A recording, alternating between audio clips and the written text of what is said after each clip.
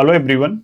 आज हम लोग पीवाईक्यू मास्टर ब्लास्टर की सीरीज में अगला टॉपिक कांग्रेस सत्र और मुस्लिम लीग को देखेंगे। कांग्रेस सत्र और मुस्लिम लीग ये हिस्ट्री के मॉडर्न इंडिया का सबसे इम्पोर्टेंट टॉपिक है। कोई भी एग्जाम हो, एसएससी का कोई एग्जाम हो, रेलवे का कोई एग्जाम हो, उसमें लगभग क्वेश्चन एकाक तो कांग्रेस के जो अधिवेशन हुए उससे पूछे जाते हैं और उनमें क्या क्या चीजें हुई वो सबसे रिलेटेड क्वेश्चन पूछे जाते हैं।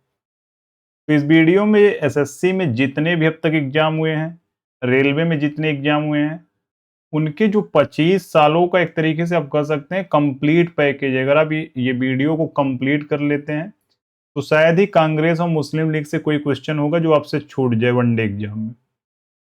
तो चलिए टॉपिक को समझने का प्रयास करते हैं। देखिए इस वीडियो में ऐसा बिल्कुल भी नहीं होगा कि एक क्वेश्चन आएगा उसका आंसर मार्क करेंगे, क्वेश्चन आएगा फिर आंसर मार्क करेंगे।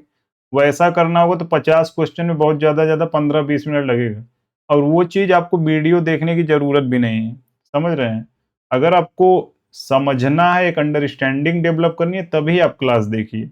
ऐसा नहीं है कि आप केवल अपना समय खराब कर रहे हैं, जितनी बार एग्जाम है तितनी बार बार बार आप वही चीज देखें और आपको कुछ समझ में न भी आए और न ही याद ही हो।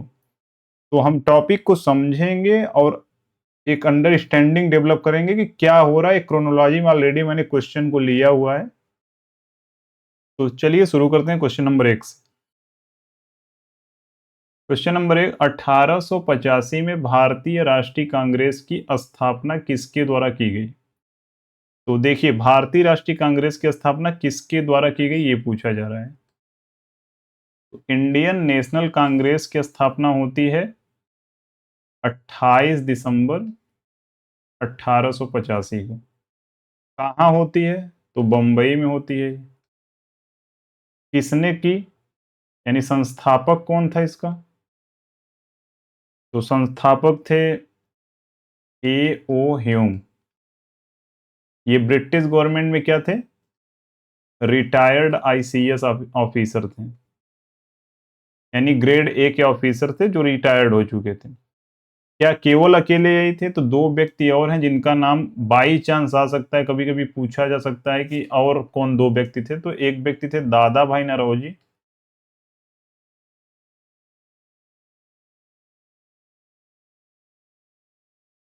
इनको वृद्ध पुरुष ऑफ इंडिया कहा जाता है, और एक व्यक्ति और थे दिनसा वाचा। तो आपको मैक्सिमम टाइम यही नाम देखने को मिलेगा, ए ओ ह्यूम। लेकिन कभी कभी हो सकता है कि आपको ये भी नाम देखने को मिले, अगर अच्छे से क्वेश्चन एग्जामिनर बनाएगा तब तो ये भी नाम दे सकता है फंसाने के लिए आपको। तो संस्थापक कौन है? ए ओ ह्यूम है जो रिटायर्ड आईसीएस ऑफिसर थे। अब बंबई में ही यहीं पर पहला सत्र भी आयोजित होता है 1885 में ही।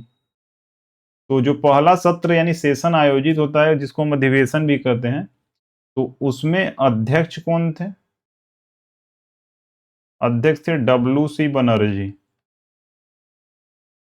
डब्ल्यू सी बनर्जी, व्योमेश चंद बनर्जी भी कह सकते हैं डब्ल्यू सी का मतलब।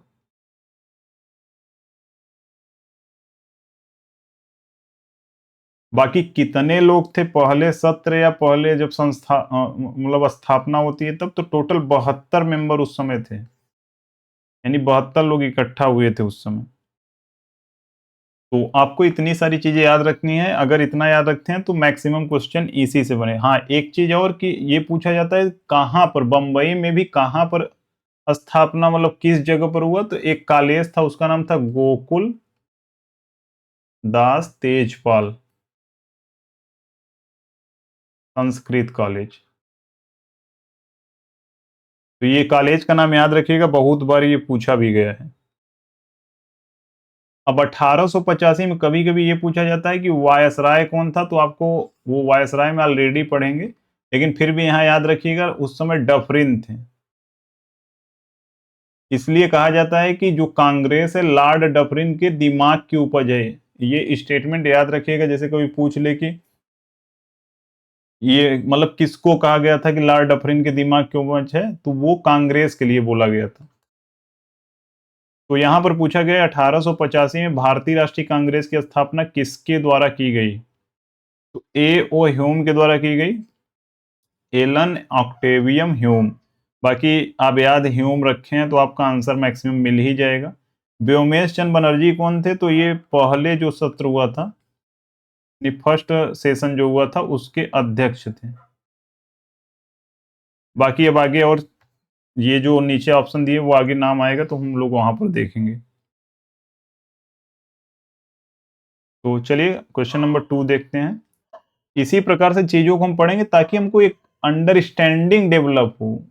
ऐसे नहीं, और बहुत सारी चीजें मैं थोड़ा सा समय ज्यादा जरूर 10 मिनट 20 मिनट लूंगा, लेकिन आपको पूरा रिवाइज इसी में करा दूंगा, क्योंकि इस क्लास को देखने के बाद मैक्सिमम चीजें आपको याद होंगी। जो ऑप्शन आएगा मैं बार बार उसको आपको याद कराऊंगा। तो किस देश में 72 प्रतिनिधियों ने बंबई में सभा करके भारतीय राष्ट्रीय कांग्रेस की स्थापना का फैसला किया?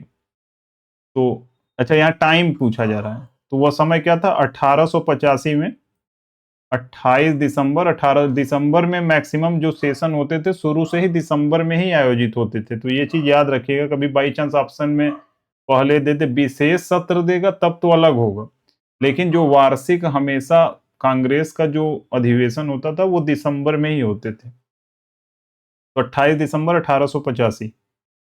कितने प्रतिनिधि थे? 72। और गोकुलदास तेज प्रताप संस्कृत विद्यालय था, ये चीज याद रखिएगा।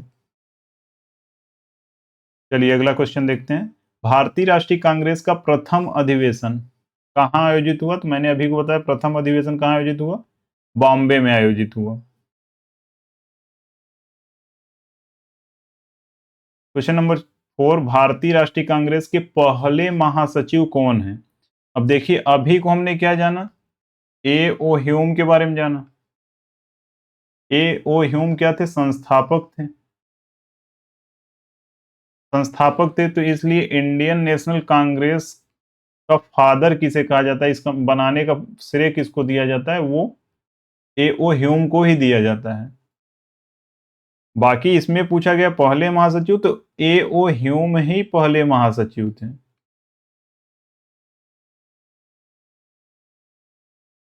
एलन ऑक्टेवियम ह्यूम तो पहले महासचिव भी थे, संस्थापक भी थे। तो दो चीज आपको याद रखना है इनसे रिलेटेड। ए ओ ह्यूम आंसर आपका हो जाएगा।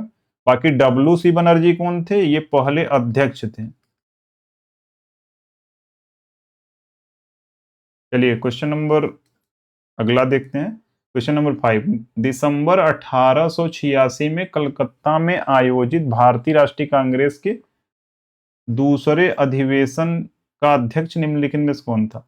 अब देखिए, 1885 में पहला अधिवेशन और संस्थापन उसका स्थापना हुआ है। तो आपको 1947 तक चीजें चलती हैं, उसके बाद फिर मतलब स्वतंत्र भारत का कांग्रेस हो जाता है। तो ये चीज आपको ये देखना है कि पूरा ओवरऑल देखेंगे 47, 5, 52, 10, 62, 63 सेशन हुए हैं।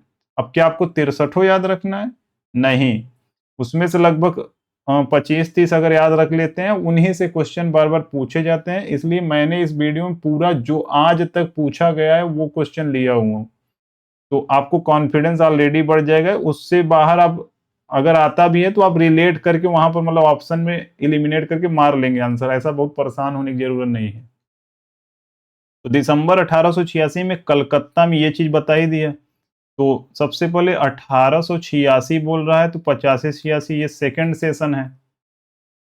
कहाँ हुआ? तो कलकत्ता बोल ही दिया है। अब देखिए, कोई भी सेशन हो जानना क्या है? पहला चीज जानना है कि डेट, दूसरा चीज जानना है कि अध्यक्ष कौन था, तीसरा ये जानना है कि कहां पर हुआ, और चौथा ये जानना है कि उद्देश्य क्या था या क्या इंपॉर्टेंट पॉइंट है। तो अगर ये चार चीज जानते हैं तो मैक्सिमम चीजें वहां से कवर हो जाएंगी आपकी। तो 1886 ईस्वी में सेकेंड हुआ, कलकत्ता में हुआ। अध्यक्ष कौन था वह समय? तो उस समय अध्यक्ष थे दादा भाई नरौजी।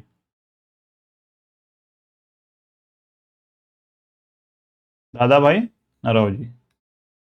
अब दादा भाई नरौजी ऑलरेडी अभी आगे फिर आएंगे, तो ये देखिए 1886, 1893 और 1906। तो यहाँ पर आपको 7 जोड़ना है, यहाँ पर आपको 13 जोड़ना है।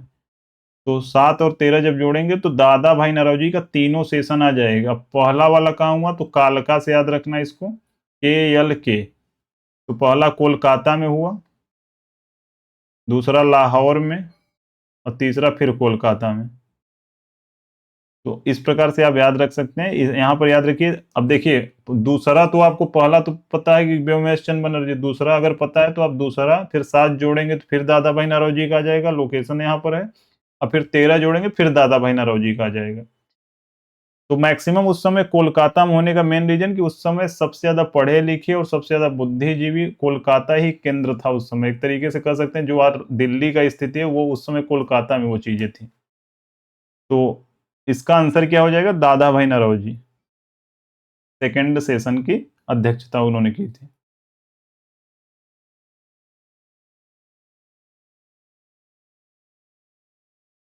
भारतीय राष्ट्रीय कांग्रेस के दूसरे अधिवेशन में कितने प्रतिनिधि थे? पहले अधिवेशन में कितने थे? 72। और दूसरे अधिवेशन की बात किया जाए तो अब दूसरे के बाद तीसरा चौथा नहीं पूछा जाएगा, क्योंकि दूसरा बोल दिया बहुत है इतना, 434। क्योंकि उससे ज्यादा पूछेगा तो कोई बता नहीं पाएगा ना, दूसरा ही कोई नहीं बता पाएगा मैक्सिमम लोग। तो यहाँ पर ये देखना है लगभग 6 टाइम होना हो रहा है, तो आपको याद रखना है। अगर पहला याद है तो 6 टाइम के लगभग जाएगा। अब ऑप्शन देखिए, 6 टाइम में अगर गुणा करेंगे तो 7×6 = 42, 420 के लगभग आएगा। तो ये होगा नहीं, ये नहीं, ये नहीं। तो आंसर क्या हो जाएगा? 434। दूसरे सेशन में कितने प्रतिनिधि थे? 434। भारतीय राष्ट्रीय कांग्रेस का दूसरा वार्षिक अधिवेशन निम्नलिखित में से किस स्थान पर हुआ? अभी मैंने क्या बात की? दूसरा, फिर मैंने कालका बताया। तो दूसरा कब हुआ? 1886 में। हुआ कहाँ? कोलकाता में हुआ। कहां पर हुआ? कोलकाता में। पहला कहाँ हुआ था? बंबई में हुआ था। आज मुंबई है, मुंबई महाराष्ट्र की एक शहर है, लेकिन उस समय बंबई एक बहुत बड़ा प्रांत था, उसमें गुजरात भी आते थे, गोवा भी आता था। तो आज, उस समय बंबई था, आज पूरा अलग अलग स्टेट बन गया है ना। तो ये चीज आपको बंबई ध्यान देना है। तो यहां पर पूछा गया कि दूसरा वार्षिक अधिवेशन निम्नलिखित में से किस स्थान पर हुआ? तो कोलकाता में हुआ। बाकी चीजें आपको अभी फिर से एक बार रिवाइज कराऊं। +7 जोड़ेंगे तो 1893 आएगा। फिर +13 जोड़ेंगे तो 1906 आएगा। तो दादा भाई नौरोजी ने किया था तीनों सेशन की अध्यक्षता। इस प्रकार से आप याद रख सकते हैं। क्वेश्चन नंबर 8, यानी यहां पर डैश है, को भारतीय राष्ट्रीय कांग्रेस के तीसरे सत्र का अध्यक्ष चुना गया। अब तीसरे सत्र की बात हो रही है, तो यानी हम लोग क्या देख चुके हैं? 1885, 1886, अब 1887 की बात हो रही है। देखिए, ऑलरेडी मैंने क्वेश्चन को बहुत ज्यादा क्रोनोलॉजी में टाइम लगाकर उसको पूरा एक क्रोनोलॉजिकल ऑर्डर में सेट किए हुए, ताकि अच्छे से एक माइंड में व्यू बैठे कि हो क्या रहा है, कैसे कैसे पूरा विकसित हो रही है चीजें। तो 1887 में ये तीसरा सम्मेलन जो होता है, कहाँ होता है? तो ये मद्रास में होता है। अध्यक्ष कौन था उस समय? तो अध्यक्ष थे बदरुद्दीन तैयबजी। बदरुद्दीन तैयबजी। तो बदरुद्दीन तैयबजी से एक पॉइंट ये याद रखना है कि ये पहले मुस्लिम अध्यक्ष थे। ये तैयबजी जो उस समय परिवार था, काफी पढ़ा लिखा परिवार था मुसलमानों में। तो पहले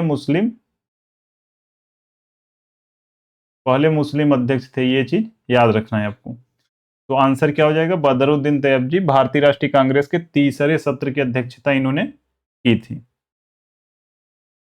चलिए अगला क्वेश्चन देखते हैं। बाकी ए ओ ह्यूम कौन था? संस्थापक थे। क्वेश्चन नंबर 9, भारतीय राष्ट्रीय कांग्रेस के पहले मुस्लिम अध्यक्ष कौन थे? पहले मुस्लिम। अब देखिए, वही क्वेश्चन पूछा गया, क्वेश्चन का फॉर्मेट बदलेगा। जो मैं आपको सॉल्यूशन बता रहा हूं वो पूरा पूरा एक तरीके से निचोड़ है, उसके बाद आपको कहीं से कुछ पढ़ने की जरूरत नहीं है। अब ध्यान से आप वीडियो को देखिए, लास्ट में मैक्सिमम चीजें मैं आपको याद भी करा दूंगा। तो भारतीय राष्ट्रीय कांग्रेस के पहले मुस्लिम अध्यक्ष कौन थे? पहले मुस्लिम अध्यक्ष थे बदरुद्दीन तैयबजी। दादा भाई नौरोजी 1886 में, यानी दूसरे अध्यक्ष थे। तो बस इतना याद रखना है, पहले मुस्लिम अध्यक्ष बदरुद्दीन तैयबजी। कहां पर? 1887 थर्ड मद्रास अधिवेशन। जॉर्ज यूल ने भारतीय राष्ट्रीय कांग्रेस के 1888 में निम्नलिखित में से किस अधिवेशन के अध्यक्ष बने। कौन है ये? George Yule. अब देखिए जॉर्ज यूल 1888, हमने क्या देखा? 1885 देखा, 86 देखा, 87 देखा। यहाँ पर व्योमेश चंद्र बनर्जी देखा, फिर 86 में दादा भाई नौरोजी और बदरुद्दीन तैयब जी, फिर 88 की बात हो रही है। 88 में कौन आ रहा है? George Yule. अध्यक्ष कौन है इस समय? यानी जॉर्ज यूल अध्यक्ष हैं। और हुआ कहाँ ये सेशन? तो यूपी में जो प्रयागराज है वहां पर हुआ। कहां पर हुआ? प्रयागराज में। यानी उस समय तो इलाहाबाद था, इस समय प्रयागराज है, तो इलाहाबाद आपको याद रखना है। तो जॉर्ज यूल ने भारतीय राष्ट्रीय कांग्रेस के 1888 में निम्नलिखित में से किस अधिवेशन में अध्यक्ष रहे? तो इलाहाबाद अधिवेशन में अध्यक्ष रहे वो, ये चीज याद रखना है। ये पहला था, ये दूसरा था, और ये तीसरा था, और ये चौथा।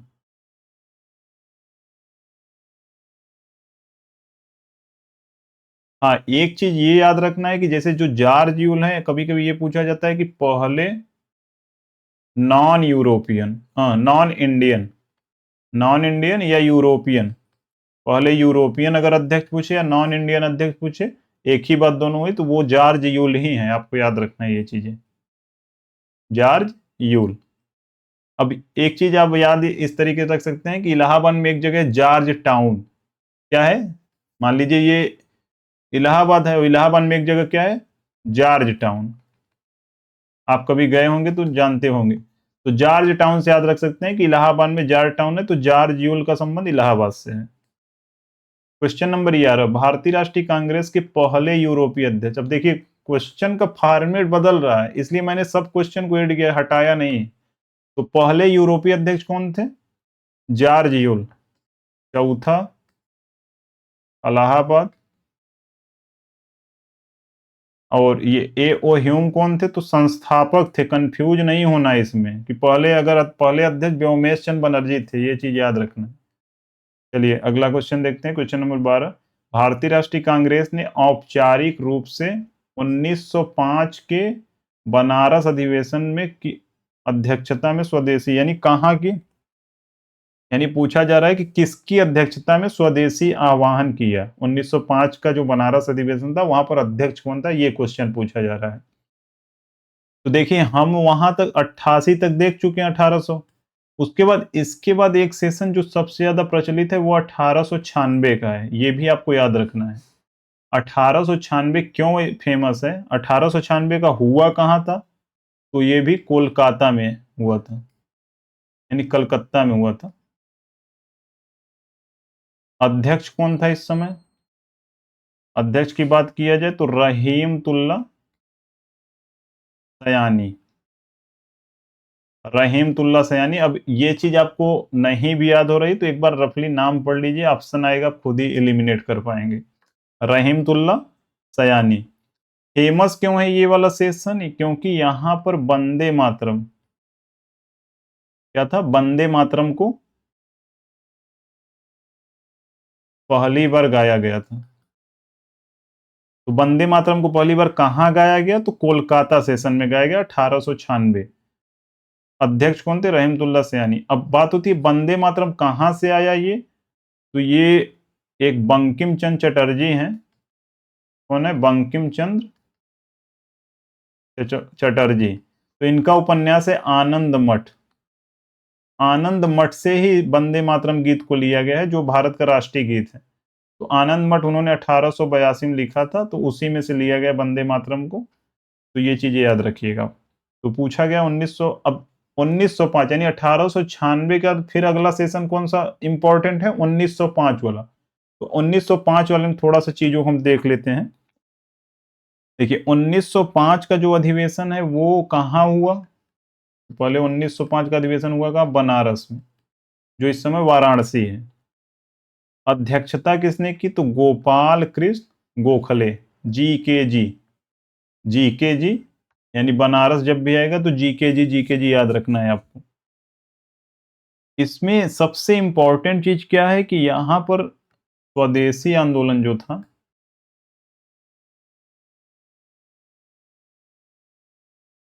स्वदेशी आंदोलन को समर्थन मिला। तो समर्थन मिलने का मतलब क्या है यहाँ? अब स्वदेशी आंदोलन आया क्यों? उसका मेन रीजन ये था, क्यों आया तो मेन रीजन क्या था? बंगाल विभाजन। जो बंगाल विभाजन 1905 में लॉर्ड कर्जन ने घोषणा की थी, यानी अनाउंस किया था 1905 में। तो अगर टाइम पीरियड देखेंगे तो लॉर्ड कर्जन ने 19 जुलाई 1905 में अनाउंसमेंट किया था कि बंगाल विभाजन होगा, और उसी के कुछ समय बाद 7 अगस्त 1905 में स्वदेशी आंदोलन शुरू हो गया।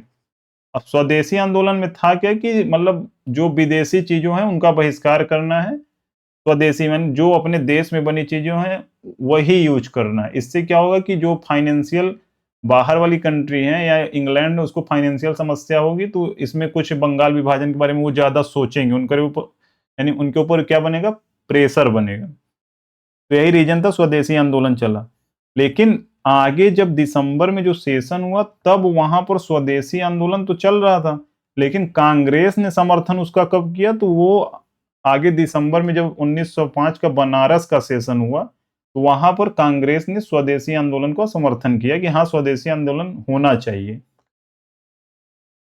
लेकिन अगर ये समर्थन एक ऐसे ही था फॉर्म मतलब इनफॉर्मली, लेकिन फिर फॉर्मली की बात किया जाए तो 1906 में ऑफिशियली यानी औपचारिक रूप से जो बहिष्कार आंदोलन है, या एक तरीके का कह सकते हैं स्वदेशी आंदोलन। स्वदेशी आंदोलन का मतलब स्वदेशी अपनाना है और विदेशी चीजों का बहिष्कार करना, इसको हम बहिष्कार आंदोलन भी कह सकते हैं।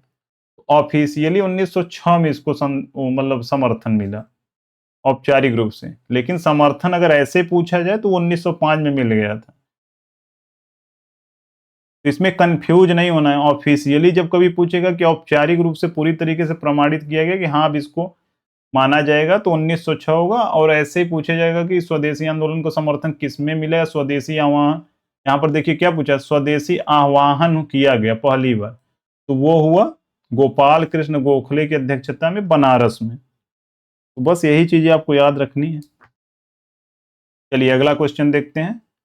देखिए औपचारिक जब पूछेगा तब 1906 मानना, इसमें कंफ्यूज नहीं होना है। बताने का मेन रीजन आपका नॉलेज पूरा कंप्लीट रही है, चीज नहीं कंफ्यूजन अपने में नहीं क्रिएट करना है। स्वदेशी आंदोलन को समर्थन की बात होगी 1905 ही होगा, लेकिन औपचारिक कभी पूछेगा बहिष्कार आंदोलन तो 1906 होगा, या स्वदेशी आंदोलन औपचारिक तब भी 1906 होगा।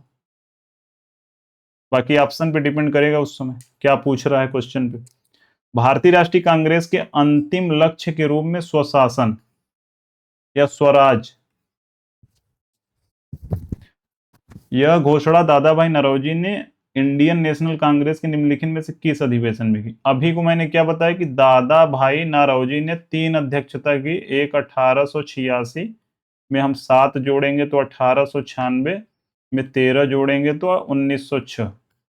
1906 वाला जो टाइम पीरियड है वो उसकी अध्यक्षता किसने की थी? दादा भाई नौरोजी ने। अब यहां पर पूछा जाएगा भारतीय राष्ट्रीय कांग्रेस के अंतिम लक्ष्य के रूप में स्वशासन, तो ये स्वशासन या स्वराज शब्द, स्वशासन या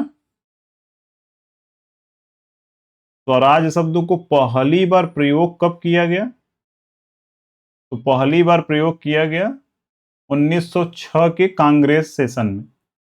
1906 के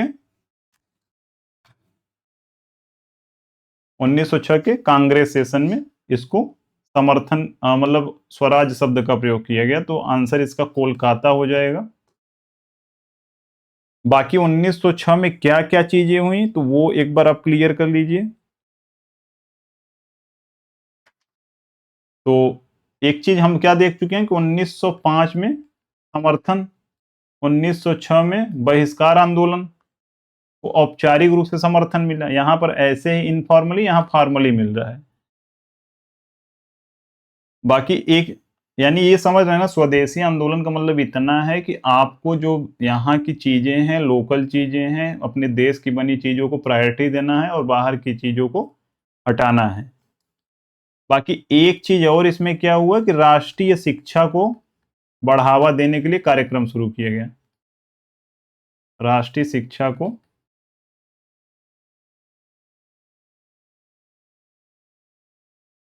देने के लिए कार्यक्रम शुरू किया गया। तो ये भी चीजें आपको याद रखनी है।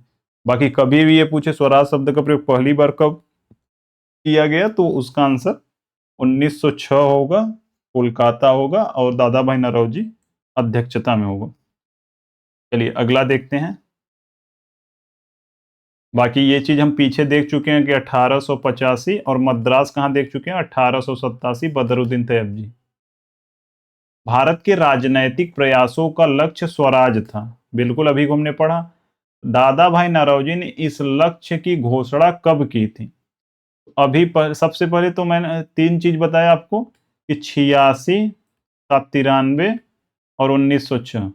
तो यहाँ पर 85 है तो गलत हो जाएगा, 89 गलत हो जाएगा, बाकी 1906 86 है। तो आंसर क्या हो जाएगा? स्वराज शब्द का प्रयोग सबसे पहली बार कब किया गया? राजनीतिक प्रयासों का लक्ष्य स्वराज कब था? तो 1906 में था। ये चीज याद रखना है आपको। चलिए अगला क्वेश्चन देखते हैं। ताप्ती नदी के किनारे आयोजित सूरत अधिवेशन में भारतीय राष्ट्रीय कांग्रेस का दो दलों में विभाजन किस वर्ष हुआ था? अब यहां पूछ रहा है कि दो दलों में विभाजन। अब दो दल था कौन? तो देखिए, भारतीय राष्ट्रीय कांग्रेस, इंडियन नेशनल कांग्रेस में दो दल थे। एक तो था नरम दल, एक था गरम दल। गरम दल मतलब एक्सट्रीमिस्ट, ये नरम मतलब उदारवादी, ये लोग थे। तो नरम दल में कौन कौन आते थे? एक तो गोपाल कृष्ण गोखले आते थे, एक फिरोज शाह मेहता आते थे, उसी के साथ साथ एक व्यक्ति और सुरेंद्रनाथ बनर्जी। सुरेंद्रनाथ बनर्जी आते थे। गरम दल में कौन आता था? तो एक तो आप डायरेक्ट याद कर सकते हैं, लाल बाल पाल। देखिए, इसमें अगर आप पहले पढ़े हुए हैं तब तो आपके लिए एकदम द बेस्ट है। अगर आप नहीं भी पढ़े हुए हैं तब भी आपका पूरा पूरा अगर ध्यान से देख लेते हैं तो एग्जाम में एक क्वेश्चन भी नहीं छूटेगा। हाँ, थोड़ा सा आपको करना है कि जब क्लास खत्म हो जाए तो डिस्क्रिप्शन में टेलीग्राम का लिंक है, वहां पर जाना है और एक बार पीपीटी को रफली रिवाइज करना है 10-15 मिनट में, एनोटेशन वाला पूरा। तो गरम दल में कौन था? लाला लाजपत राय, बिपिन चंद्र पाल और बाल गंगाधर तिलक। तो तीन व्यक्ति थे गरम दल में, बाकी एक थे अरविंदो घोष, ये भी गरम दल में आते थे। इनमें क्या हुआ कि आपस में जैसे हुआ विभाजन होने का, दो दलों में विभाजन होने का रीजन क्या था? ये आपस में नरम दल और गरम दल आपस में अलग अलग हो गए, तो इसी को हम विभाजन कहते हैं। और ये हुआ कहां था? तो ये 1907 में सूरत अधिवेशन में हुआ था।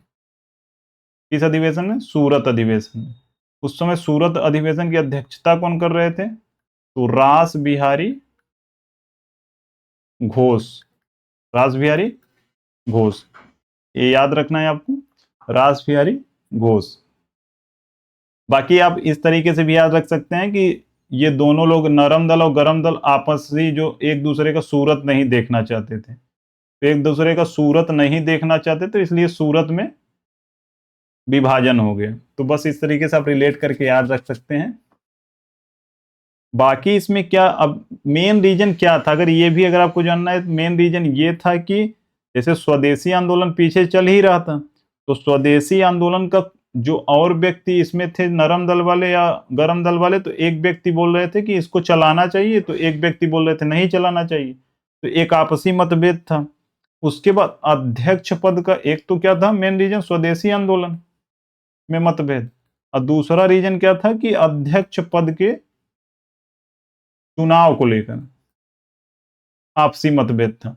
तो ये दो रीजन थे जिसकी वजह से ये दोनों सूरत में आपस में अलग हो गए, यानी दोनों दलों का विभाजन हो गया। आगे पैचअप भी होगा, फिर से मिलेंगे, लेकिन अभी आपको याद रखना है कि सूरत देकर विभाजन हो गया और सात एक तरीके से भाज्य संख्या है, तो इसको भी हम मनहूस की तरह देख सकते हैं।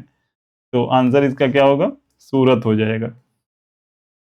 और कभी ये पूछे किस नदी के तट पर था, तो ताप्ती नदी के तट पर था, याद रखिएगा ये चीज। सूरत ताप्ती नदी के तट पर बसा भी है। 1907 में भारतीय राष्ट्रीय कांग्रेस के अध्यक्ष कौन थे? अभी को मैंने बताया कौन थे, रास बिहारी घोष। दादा भाई नौरोजी कब थे? 1886। देखिए, बार बार लिखने का मेन रीजन है आपको चीजें याद हो जाएं। आधा अब याद भी हो गया होगा दादा भाई नौरोजी का। व्योमेश चंद्र बनर्जी कब थे? 1885 पहला सेशन। चलिए, लाला लाजपत राय तो एक्सट्रीमिस्ट में थे। तो आंसर रास बिहारी घोष हो जाएगा। भारतीय राष्ट्रीय कांग्रेस के इनमें से किस अधिवेशन में पहली बार राष्ट्रगान को गाया गया? अब जल्दी से आप आंसर मार करिए, फिर मैं बताता हूँ 5 सेकंड में। 1 2 3 4 5। तो कौन कौन इसका आंसर 1896 कोलकाता मारा है? तो ये गलत है आंसर। इसका आंसर होगा 1911 कोलकाता। अब 1896 कोलकाता में क्या हुआ था याद है आपको? रहीमतुल्ला उस समय अध्यक्ष थे और वंदे मातरम वहां पर गाया गया था, राष्ट्रगान थोड़ी था, राष्ट्रगीत था। तो यहां पर 1911 में राष्ट्रगान को पहली बार गाया गया। राष्ट्रगान को लिखा कौन है? तो रविंद्रनाथ टैगोर। रविंद्रनाथ टैगोर, याद रखना है आपको।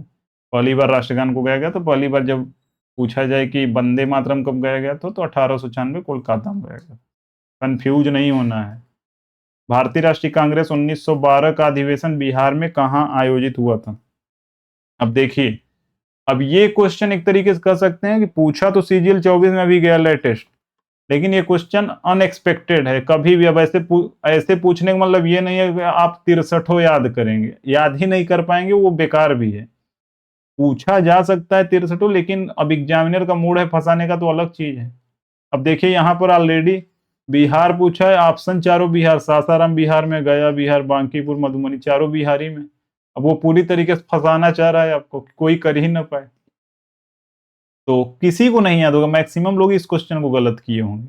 1912 का अधिवेशन बिहार में कहाँ आयोजित हुआ? तो इसका आंसर क्या हो जाएगा? बांकीपुर होगा। अब इसके चक्कर में आपको 63 नहीं रटना है, वो सब फालतू की चीजें हैं। कुछ चीजें कभी कभी आएंगी जो करने लायक नहीं होती एग्जाम में। चलिए अगला देख रहे हैं। निम्नलिखित में से कौन 1915 के अधिवेशन के दौरान भारतीय राष्ट्रीय कांग्रेस के अध्यक्ष थे? पूछ रहा है 1915। अब देखिए ये क्वेश्चन पूछा गया था मेंस, सीजीएल मेंस 2023 में।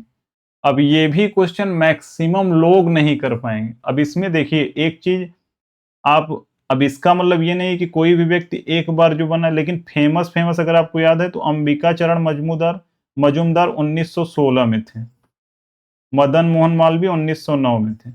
दो तो आपको में भी याद हो सकता है, लेकिन ये और ये नहीं याद होगा। अब क्वेश्चन इसी से कठिन हो गया था। मान लीजिए 2 ऑप्शन एलिमिनेट भी कर लिया, अब इसमें आप बेट ले सकते हैं। तो ठीक है, हम बेट बहुत लोग लिए होंगे, बहुत लोगों का गलत भी होगा। अब इसका मतलब मैं फिर बोला 63 नहीं रटना है, उतना नहीं रट पाएंगे, ना याद ही होगा। जो जरूरी है वो मैं बता रहा हूँ, उतना पढ़ लीजिए, उतने में आएगा तो आप करेंगे। उतने के बाहर आएगा तो कोई नहीं कर पाएगा, तुक्का लग जाए वो अलग चीज है, क्योंकि मैक्सिमम चीजें मैं कवर कर रहा हूं। तो 1915 के अधिवेशन के दौरान भारतीय राष्ट्रीय कांग्रेस के अध्यक्ष सत्येंद्र प्रसाद सिन्हा थे।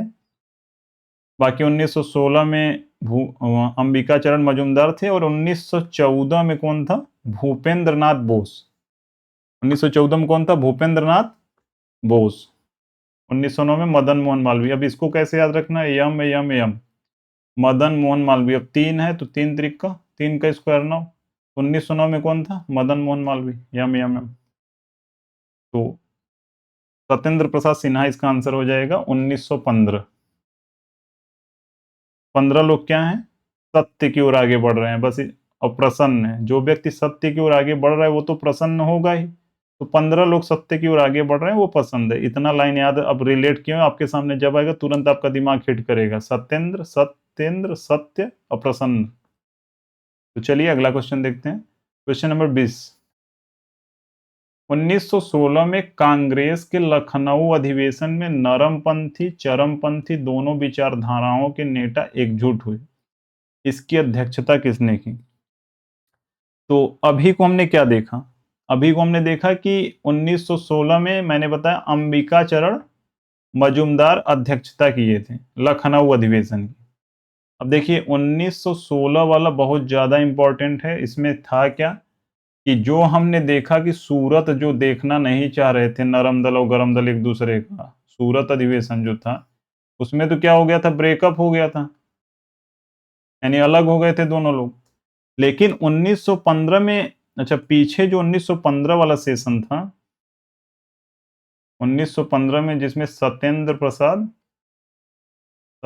प्रसन्न सिन्हा, तो 1915 वाला जो सेशन था सत्येंद्र प्रसन्न सिन्हा वाला, उसमें होता क्या है कि इसमें जो कांग्रेस, इंडियन नेशनल कांग्रेस का जो संविधान था उसमें संशोधन किया गया, ये चीज याद रखिएगा।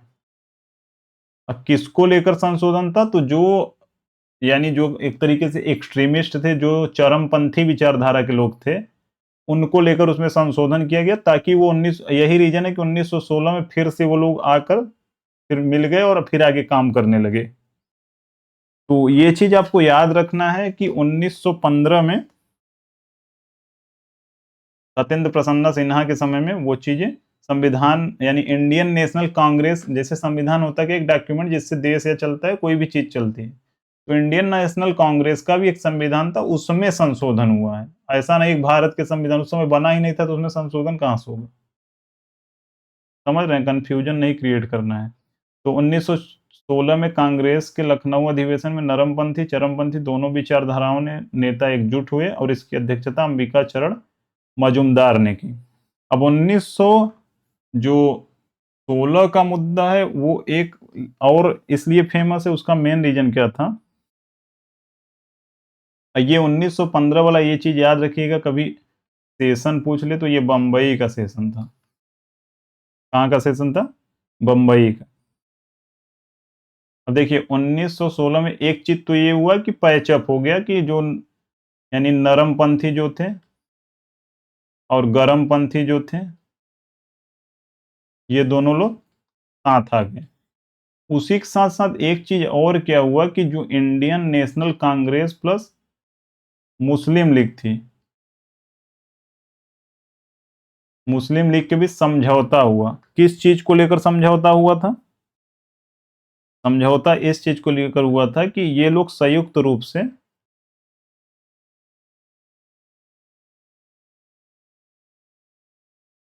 ब्रिटिश सरकार के सामने राजनीतिक सुधार की बातों को रखेंगे।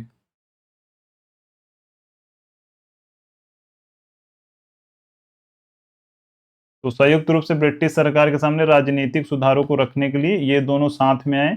उस समय जो मुस्लिम लीग के अध्यक्ष कौन थे, जिन्ना, जिन्ना निर्विरोध चुने जा रहे थे, क्योंकि वहां पर लग रहा है बुद्धिजीवी कम थे, कोई अलग लोगों को नहीं चुन रहे थे, केवल जिन्ना कोई बुद्धिमान मांग रहे थे लोग।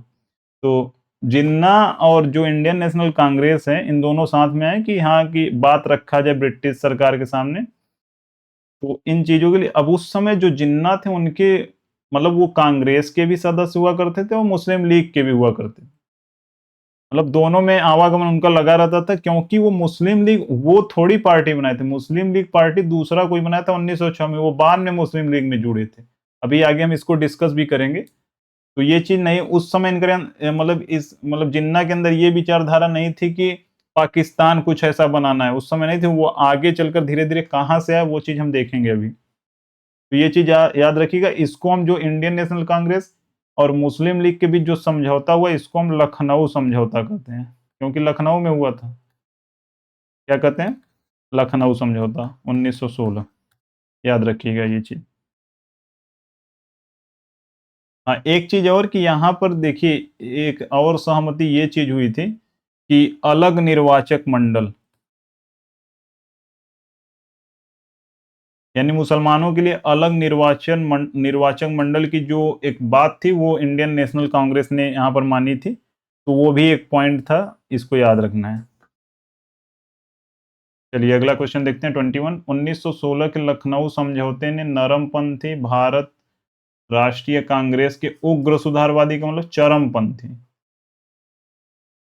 और यानी कौन, एक तो नरमपंथी हो गए, एक उग्र सुधारवादी चरमपंथी, तो ये नरमपंथी चरमपंथी 1916 में दोनों साथ में आ गए इंडियन नेशनल कांग्रेस में। और कौन था, किसके बीच समझौता हुआ था, तो मुस्लिम लीग के बीच।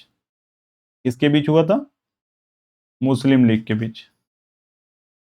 तो आंसर इसका क्या हो जाएगा, 1916 में लखनऊ समझौता जब भी आएगा तो इंडियन नेशनल कांग्रेस और मुस्लिम लीग के बीच हुआ था, याद रखिएगा। प्रतिनिधि सरकार के लिए गठबंधन में काम करने के लिए कांग्रेस और मुस्लिम लीग के द्वारा लखनऊ समझौता पर हस्ताक्षर कब हुआ? लखनऊ समझौता पर हस्ताक्षर कब हुआ? 1916 में। अब प्रतिनिधि सरकार के लिए गठबंधन, यानी दोनों लोग गठबंधन में प्रतिनिधि सरकार के लिए काम करेंगे, तो प्रतिनिधि सरकार है क्या? जैसे अप्रत्यक्ष लोकतंत्र होता है, जैसे हम लोग क्या करते हैं कि अपने क्षेत्र से कोई व्यक्ति खड़ा होता है, उसको जिता देते हैं, फिर वो जाकर हमारे उस जगह का प्रतिनिधित्व करता है। हम स्वयं जाकर शासन थोड़ी कर रहे हैं, हमारे द्वारा चुना गया कोई व्यक्ति जब शासन कर रहा है तो उसको हम कहते हैं प्रतिनिधि सरकार। हमारे द्वारा एक प्रतिनिधि वहां लोकसभा, राज्यसभा में या विधानसभा में है, तो उसी को हम कहते हैं प्रतिनिधि सरकार, जैसे लोकतंत्र में होता है, तो उसी को हम प्रतिनिधि सरकार कहते हैं। तो उसके लिए जो गठबंधन में काम करने के लिए कांग्रेस और मुस्लिम लीग के द्वारा लखनऊ समझौता हुआ था, जो 1916 में हुआ था। क्वेश्चन नंबर 23, कांग्रेस और मुस्लिम लीग के किस अधिवेशन में ब्रिटिश शासन के विरुद्ध एक संयुक्त मोर्चा बनाने के लिए सहमति बनी? यानी कांग्रेस और मुस्लिम लीग के बीच किस अधिवेशन में ब्रिटिश शासन के विरुद्ध अपनी बात ये लोग रख रहे थे, राजनीति सुधारों को लेकर? तो वो चीज हुआ कहां पर? लखनऊ समझौता में हुआ। ये चीज याद रखना है। भारतीय राष्ट्रीय कांग्रेस की पहली महिला अध्यक्ष का नाम क्या था? तो पहली महिला अध्यक्ष, बहुत लोग अब इसमें ध्यान से नहीं पढ़ेंगे तो सरोजनी नायडू मार देंगे, अब आंसर हो जाएगा गलत, क्योंकि पहली राष्ट्रीय कांग्रेस, भारतीय राष्ट्रीय कांग्रेस की पहली महिला अध्यक्ष पूछा है, तो एनी बेसेंट होगा। क्या होगा? Annie Besant. तो एनी बेसेंट 1917 की ये बात है, जब पहली बार उन्होंने अध्यक्षता कोई महिला ने की, और वो पहली महिला अध्यक्ष वो नॉन इंडियन थी। जब इंडियन पूछेगा तब सरोजनी नायडू होगा, इंडियन पूछेगा तब, पहली भारतीय महिला अध्यक्ष पूछेगा तब क्या होगा? सरोजनी नायडू। 1925 का सेशन, कानपुर वाला। तो ये चीज याद रखना है, 1925। तो ऐसे समझ सकते हैं कि मान लीजिए कानपुर है, तो मान लीजिए आपका घर जाए वहां से कानपुर 25 किलोमीटर है, ऐसे मतलब रिलेटिवली चीज याद कर लीजिए। तो कान की बात होगी तो 25 आ जाएगा पीछे, याद रखना है। तो इंडियन की जब बात होगी कि पहली भारतीय महिला अध्यक्ष, तब 1925 कानपुर होगा, और पहली महिला अध्यक्ष की बात होगी तो एनी बेसेंट 1917 होगा। अब एनी बेसेंट 1917 में कहां पर अध्यक्षता की? तो कोलकाता में। कहां पर? कोलकाता में। ये आयरिश एक महिला थी, यानी आयरलैंड की थी, एक तरीके से नॉन इंडियन थी। बाकी इंदिरा गांधी अगर कभी पूछे तो ये भी इंडियन नेशनल कांग्रेस की अध्यक्ष रह चुकी हैं। कब थी? तो स्वतंत्रता के बाद, स्वतंत्रता के बाद, स्वतंत्रता के बाद की बात है। नेली सेन गुप्ता, नेली सेन गुप्ता। तो नेली सेन गुप्ता, अब नाम से गुप्ता आप देखेंगे सोचेंगे इंडियन, लेकिन ये इंडियन नहीं थी, ये इंडियन ओरिजिन था, लेकिन ये कहाँ से बिलोंग करती थी? तो यूरोप से बिलोंग करती थी। तो कह सकते हैं ये सेकंड यूरोपियन थी और थर्ड महिला थी। इंडियन नेशनल कांग्रेस में अगर अध्यक्ष के पद पे देखा जाए तो दूसरा यूरोपियन थी और तीसरी महिला थी, तीसरी महिला अध्यक्ष थी 1937 में। तो याद रखना है, चारों चीज, कंफ्यूज नहीं होना। स्वतंत्रता के बाद पूछेगा तो इंदिरा गांधी होगी, पहले पूछेगा तो ये दो, मतलब तीनों नाम है। पहला, सबसे पहला एनी बेसेंट, फिर भारती पूछेगा सरोजिनी नायडू, फिर अगला पूछेगा नेली सेन गुप्ता। चलिए अगला क्वेश्चन देखते हैं। कांग्रेस के किस अधिवेशन में महात्मा गांधी ने अन्य नेताओं को खिलाफत के साथ साथ स्वराज के समर्थन में असहयोग आंदोलन चलाने के लिए राजी किए? देखिए, खिलाफत आंदोलन पहले चल रहा था, अब खिलाफत आंदोलन है क्या, वो हम अगले वीडियो में जब हम पूरा आंदोलन देखेंगे उसमें बात करेंगे। अभी समझिए खिलाफत आंदोलन चल रहा है, लेकिन फिर क्या होता है कि असहयोग आंदोलन जो 1920 में आता है, तो खिलाफत के साथ साथ स्वराज के समर्थन में असहयोग आंदोलन चलाने के लिए राजी कर लिए। तो कांग्रेस का वो कौन सा अधिवेशन था जिसमें महात्मा गांधी ने असहयोग आंदोलन चलाने के लिए राजी किया? एक तरफ खिलाफत चल रहा था तो एक तरफ वो बोले कि असहयोग भी चलना चाहिए। तो वह सेशन था, देखिए 1920, 1920 में टोटल 2 सेशन हुए, एक विशेष सेशन हुआ। विशेष सेशन का मतलब कि तुरंत, मतलब एक तरीके से अर्जेंट सेशन होता है, तो वो 1920 में कहां पर हुआ था। और बाकी 1920 में एक और सेशन जो हुआ, जो वार्षिक होता है वो तो होगा ही। तो 1920 में जो विशेष सेशन हुआ था वो कोलकाता में हुआ था। कहां पर हुआ था? कोलकाता में। अध्यक्ष कौन थे? लाला लाजपत राय। लाला लाजपत राय कहां से थे? तो पंजाब से थे ये। तो लाला लाजपत राय ने विशेष सेशन की अध्यक्षता की थी, और इसमें एक विशेष पॉइंट यही है कि महात्मा गांधी ने असहयोग आंदोलन के लिए राजी किया। असहयोग आंदोलन के लिए राजी किया, विशेष जो विशेष सम्मेलन या अधिवेशन था उसमें। लेकिन 1920 का जो वार्षिक होता था वो होता था दिसंबर में। तो 1920 का वार्षिक कहां पर हुआ? नागपुर में हुआ। नागपुर, महाराष्ट्र जो इस समय है, तो कहां पर हुआ था? नागपुर में हुआ था। अब नागपुर में हुआ था तो इसके अध्यक्ष कौन थे? विजय राघवाचार्य। विजय राघवाचार्य। अब देखिए यहां पर नाग है, अब आप मान लीजिए खड़े हैं और ये क्या है? नाग है।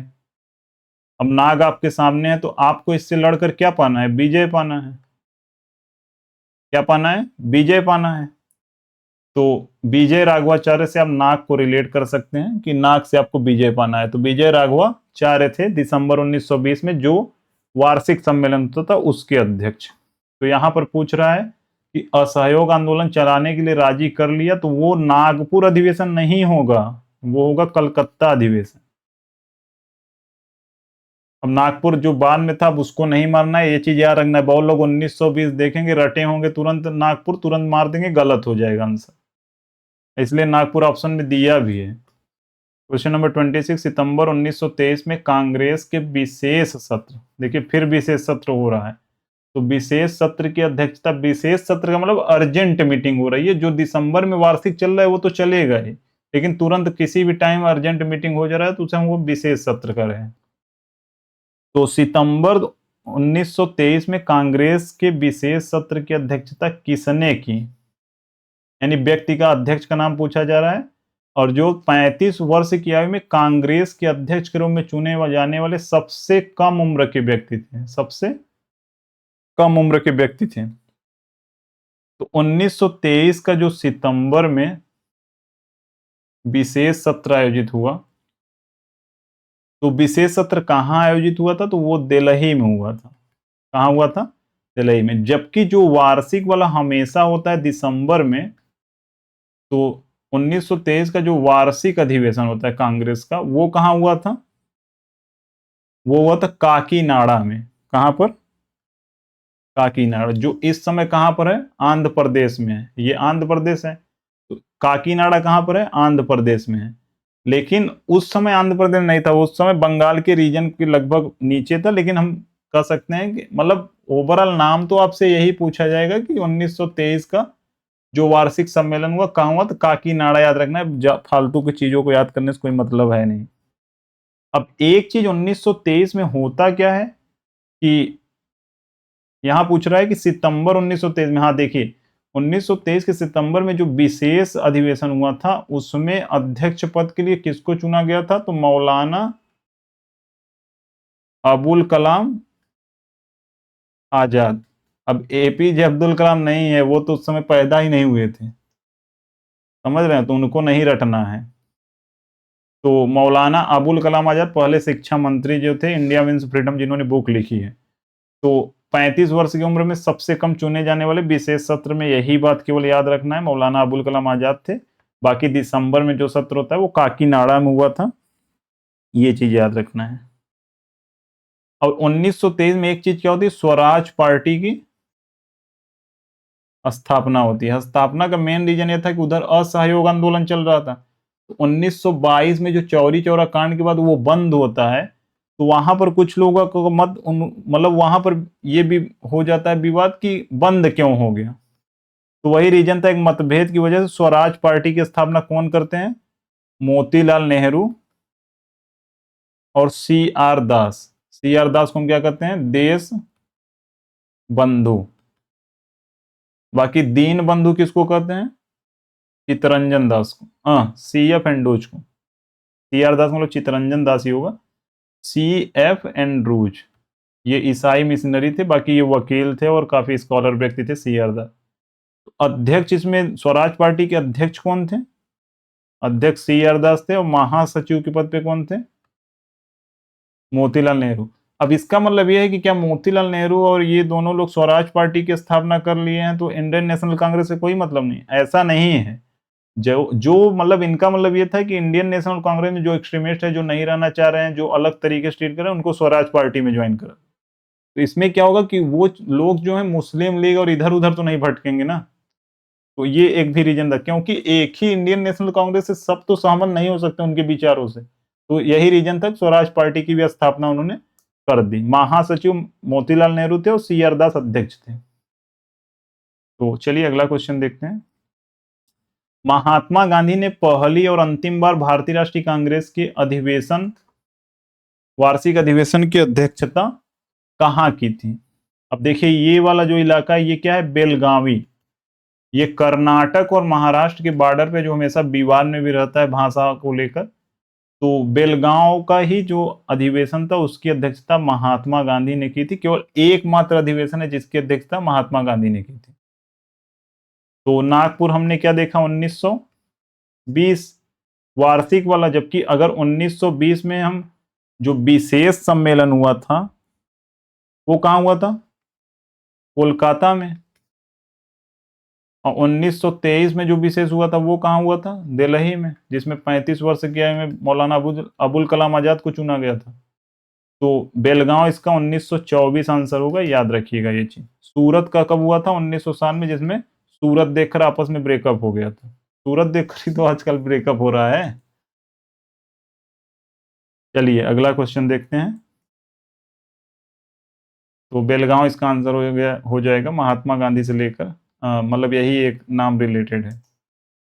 भारतीय राष्ट्रीय कांग्रेस की पहली भारतीय महिला, अच्छा पहली भारतीय क्या पूछ रहा है? पहली भारतीय महिला अध्यक्ष कौन थी? अब भारतीय महिला अध्यक्ष की बात कर रहा है तो क्या हो जाएगा? सरोजिनी नायडू। अब बहुत लोग भारतीय महिला नहीं देखेंगे, महिला अध्यक्ष देखेंगे तुरंत एनी बेसेंट मारेंगे और आंसर गलत हो जाएगा, क्योंकि एनी बेसेंट भारतीय थोड़ी थी, ये आयरलैंड की थी, आयरिश महिला थी। ये भारतीय लग रही हैं। आज इस समय का जो वेशभूषा ये पहनी में आज लोग नहीं पहन पा रहे हैं। भारतीय देख रहे हैं, कल्चरल आपको दिख रहा है नहीं यहाँ पर? तो 1917 में कोलकाता अधिवेशन की अध्यक्षता की थी कौन? Annie Besant. बाकी इंदिरा गांधी स्वतंत्रता के बाद थी अध्यक्ष। 19 स्वतंत्रता के बाद पूछे पहली महिला अध्यक्ष नेशनल कांग्रेस की, तो 1959 में इंदिरा गांधी थी। और विजय लक्ष्मी पंडित कौन थी? ये जवाहरलाल नेहरू की सिस्टर थी, जिन्होंने पहली बार यानी first female president of United nation general assembly, संयुक्त राष्ट्र महासभा की पहली महिला अध्यक्ष कौन थी? विजय लक्ष्मी पंडित, याद रखिए। तो भारतीय राष्ट्रीय कांग्रेस की पहली भारतीय महिला पूछ रहा है तो आंसर सरोजिनी नायडू होगा। मद्रास अधिवेशन, अब यहां पर खाली स्थान है। भारतीय राष्ट्रीय कांग्रेस ने भारत के संविधान का मसौदा तैयार करने के लिए एक सर्वदलीय बैठक आयोजित की थी। अब देखिए इसको यहाँ पर कुछ चीजें 3-4 सेशन बहुत ज्यादा जरूरी है, उसको ध्यान से समझना भी पड़ेगा। तो मद्रास अधिवेशन की बात हो रही, तो मद्रास अधिवेशन 1927 में हुआ था, ये चीज आपको याद रखना है। कब हुआ था? 1927 में। 1927 में कहाँ हुआ था? तो मद्रास में हुआ था। अध्यक्ष कौन थे? तो M.A. अंसारी, यानी मुख्तार अहमद अंसारी। अब इसमें और क्या याद रखना है? देखिए हुआ क्या था कि साइमन कमीशन था एक, जो रिपोर्ट की जांच करने के लिए साइमन कमीशन 8 रहा था। तो 8 नवंबर 1927 को इसका गठन हुआ था, और इसमें कुल मेंबर जो थे वो विदेशी थे, एक भी मेंबर इसमें भारतीय नहीं थे। तो इससे भारतीयों का खून खौल गया कि मतलब पहले विदेशी ही गलती करे और विदेशी ही जांच करेंगे तो उसमें क्या गलती निकलेगा? कभी कुछ गलती थोड़ी निकलेगा उनकी नजर में। तो ये 1928 में भारत में आने वाला था, तो इसका विरोध शुरू हो गया था। तो 1927 में ही हुआ क्या कि जब ये बना तो क्योंकि ये नवंबर में बन रहा है और सेशन कब होता है, दिसंबर में होता है। तो हुआ क्या कि साइमन कमीशन के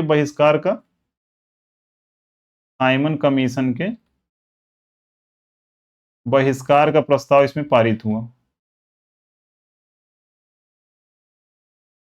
तो याद रखना है कि कभी भी ये पूछे साइमन कमीशन के बहिष्कार का प्रस्ताव किसमें पारित हुआ, तो 1927 के मद्रास अधिवेशन में पारित हुआ।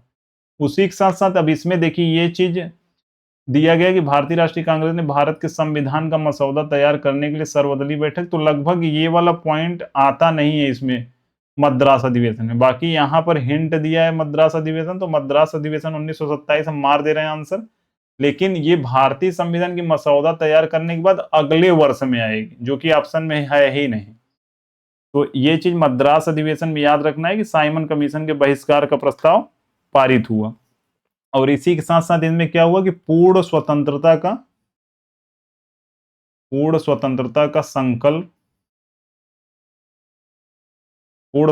का संकल्प लिया गया।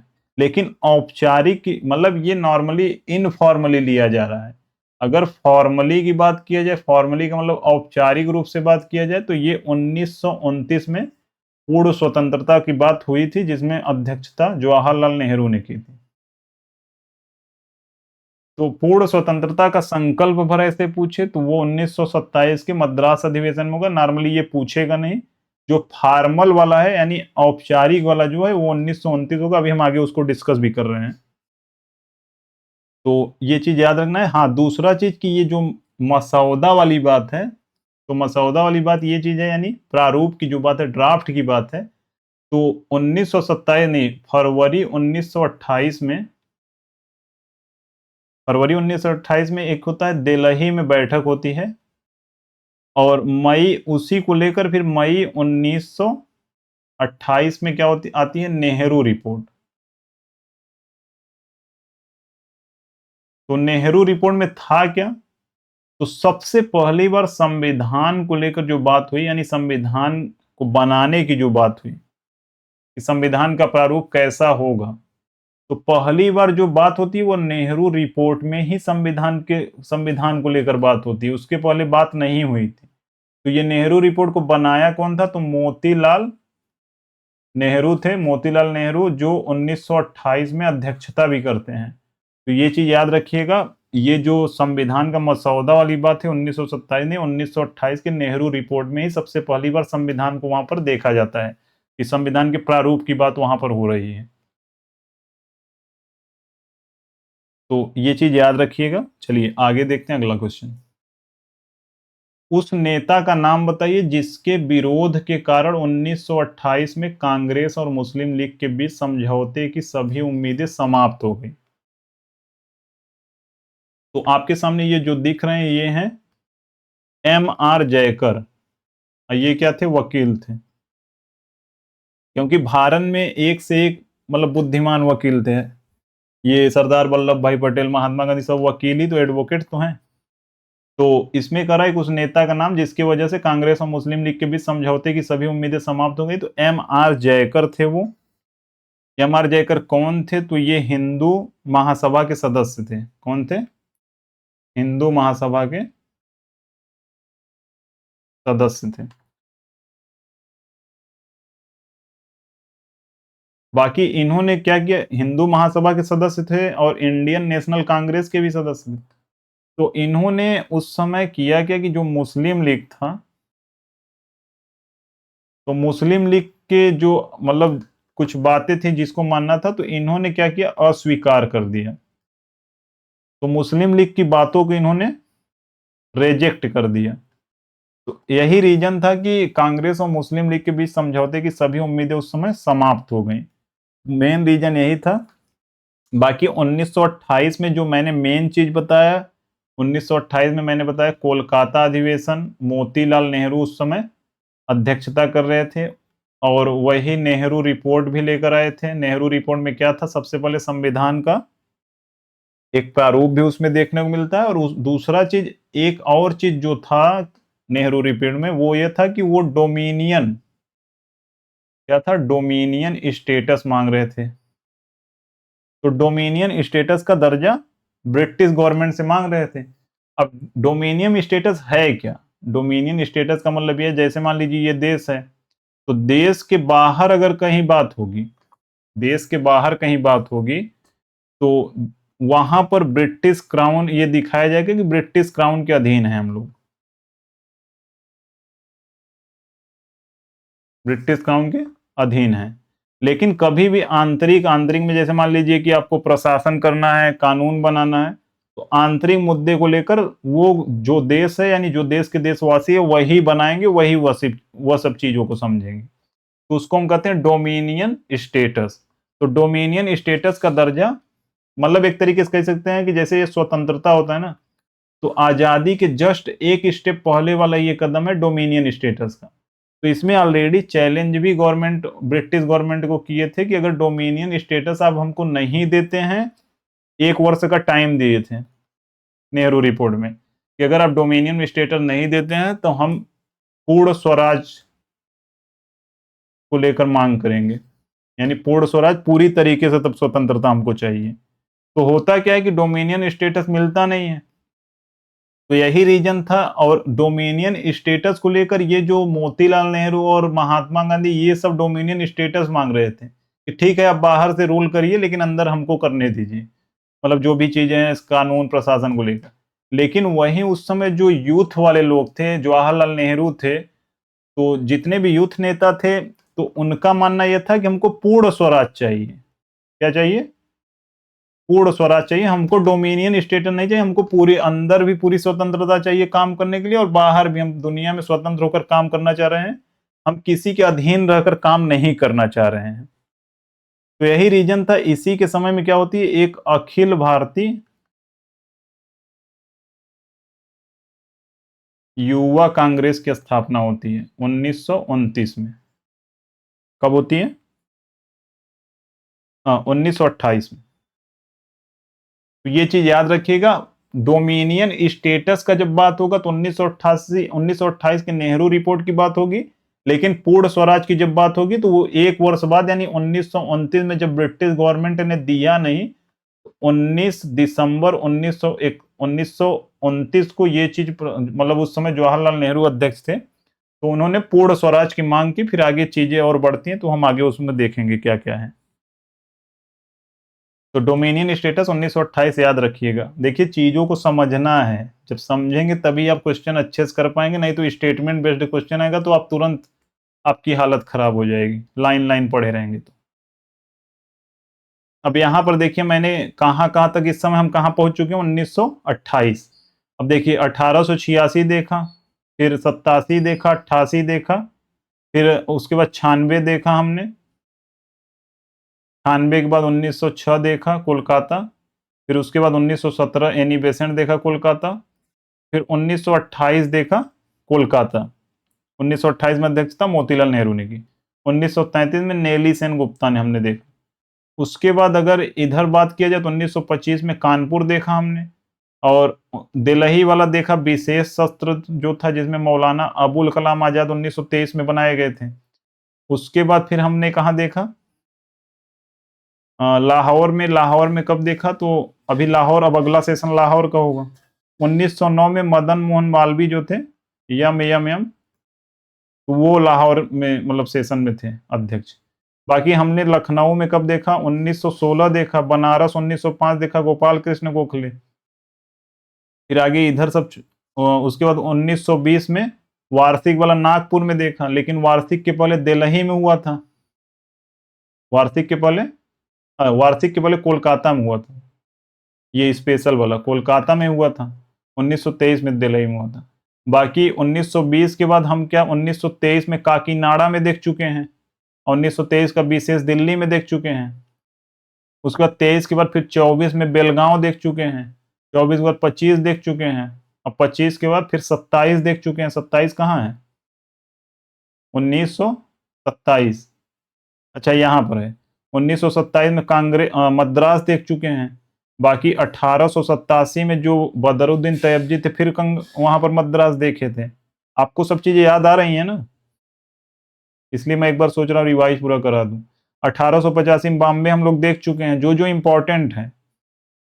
फिर 1915 में भी बॉम्बे, जहां सत्येंद्र यानी 15 लोग क्या थे, सत्य होकर प्रसन्न थे, तो सत्येंद्र प्रसन्ना सिन्हा थे 1915 में, जो टायर सेकंड में पूछा गया था सीजीएल में 2023 में। बाकी अब आगे इधर बात किया जाए तो 13, 31 पूछा जाएगा भी जरूरी है, तो ठीक है आगे देखते हैं। हाँ, सूरत भी हम लोग देख चुके हैं 1907 में, तो ठीक है इतना देख चुके हैं। हाँ हाँ, 1888 में इलाहाबाद में भी देख चुके हैं। तो चलिए अगला देखते हैं। अब अगला हम लोग,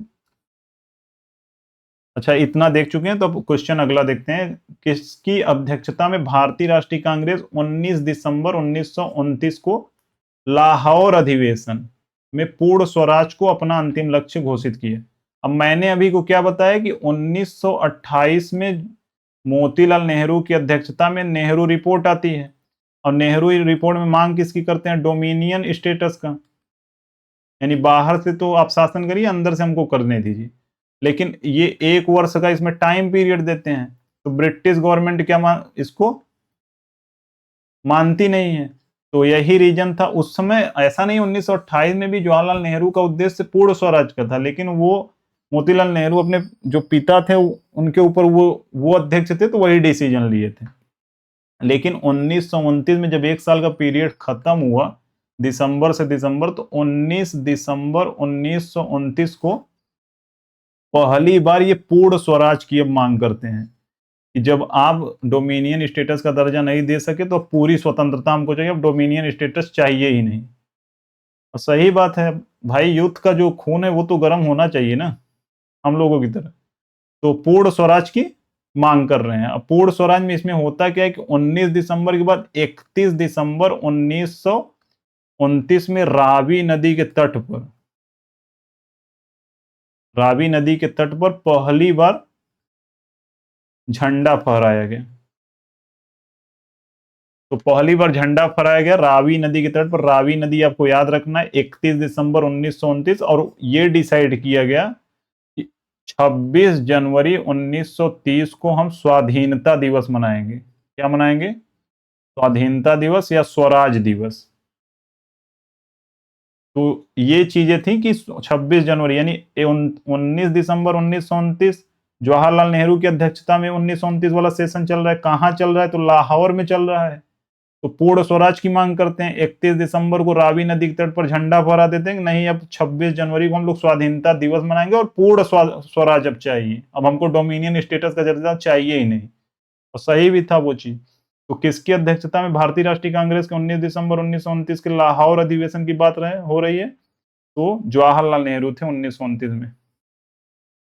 तो समझ रहे हैं, आपको चीजें समझ में आ रही है ना? इस तरीके से जब पढ़ेंगे तो मैक्सिमम चीजें आपको याद हो जाएंगी।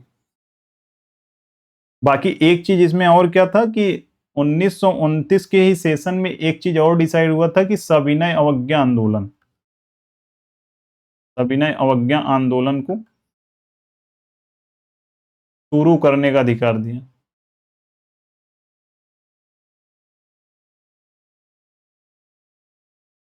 तो सविनय अवज्ञा आंदोलन को शुरू करने का अधिकार दिया। तो इस तरीके से चीजें देखिए, ये डेट जरूरी है, ये डेट जरूरी है, ये डेट जरूरी है। बाकी नेहरू रिपोर्ट तो आपको समझ में आ गया, पहली बार संविधान का वहां पर जो प्रारूप का बात भी देखने को मिलता है। तो यहाँ इतनी चीजें जरूरी है, ये चीज याद रखिएगा। रावी नदी बहुत ज्यादा जरूरी है। चलिए अगला क्वेश्चन देखते हैं, जवाहरलाल नेहरू आंसर हो जाएगा।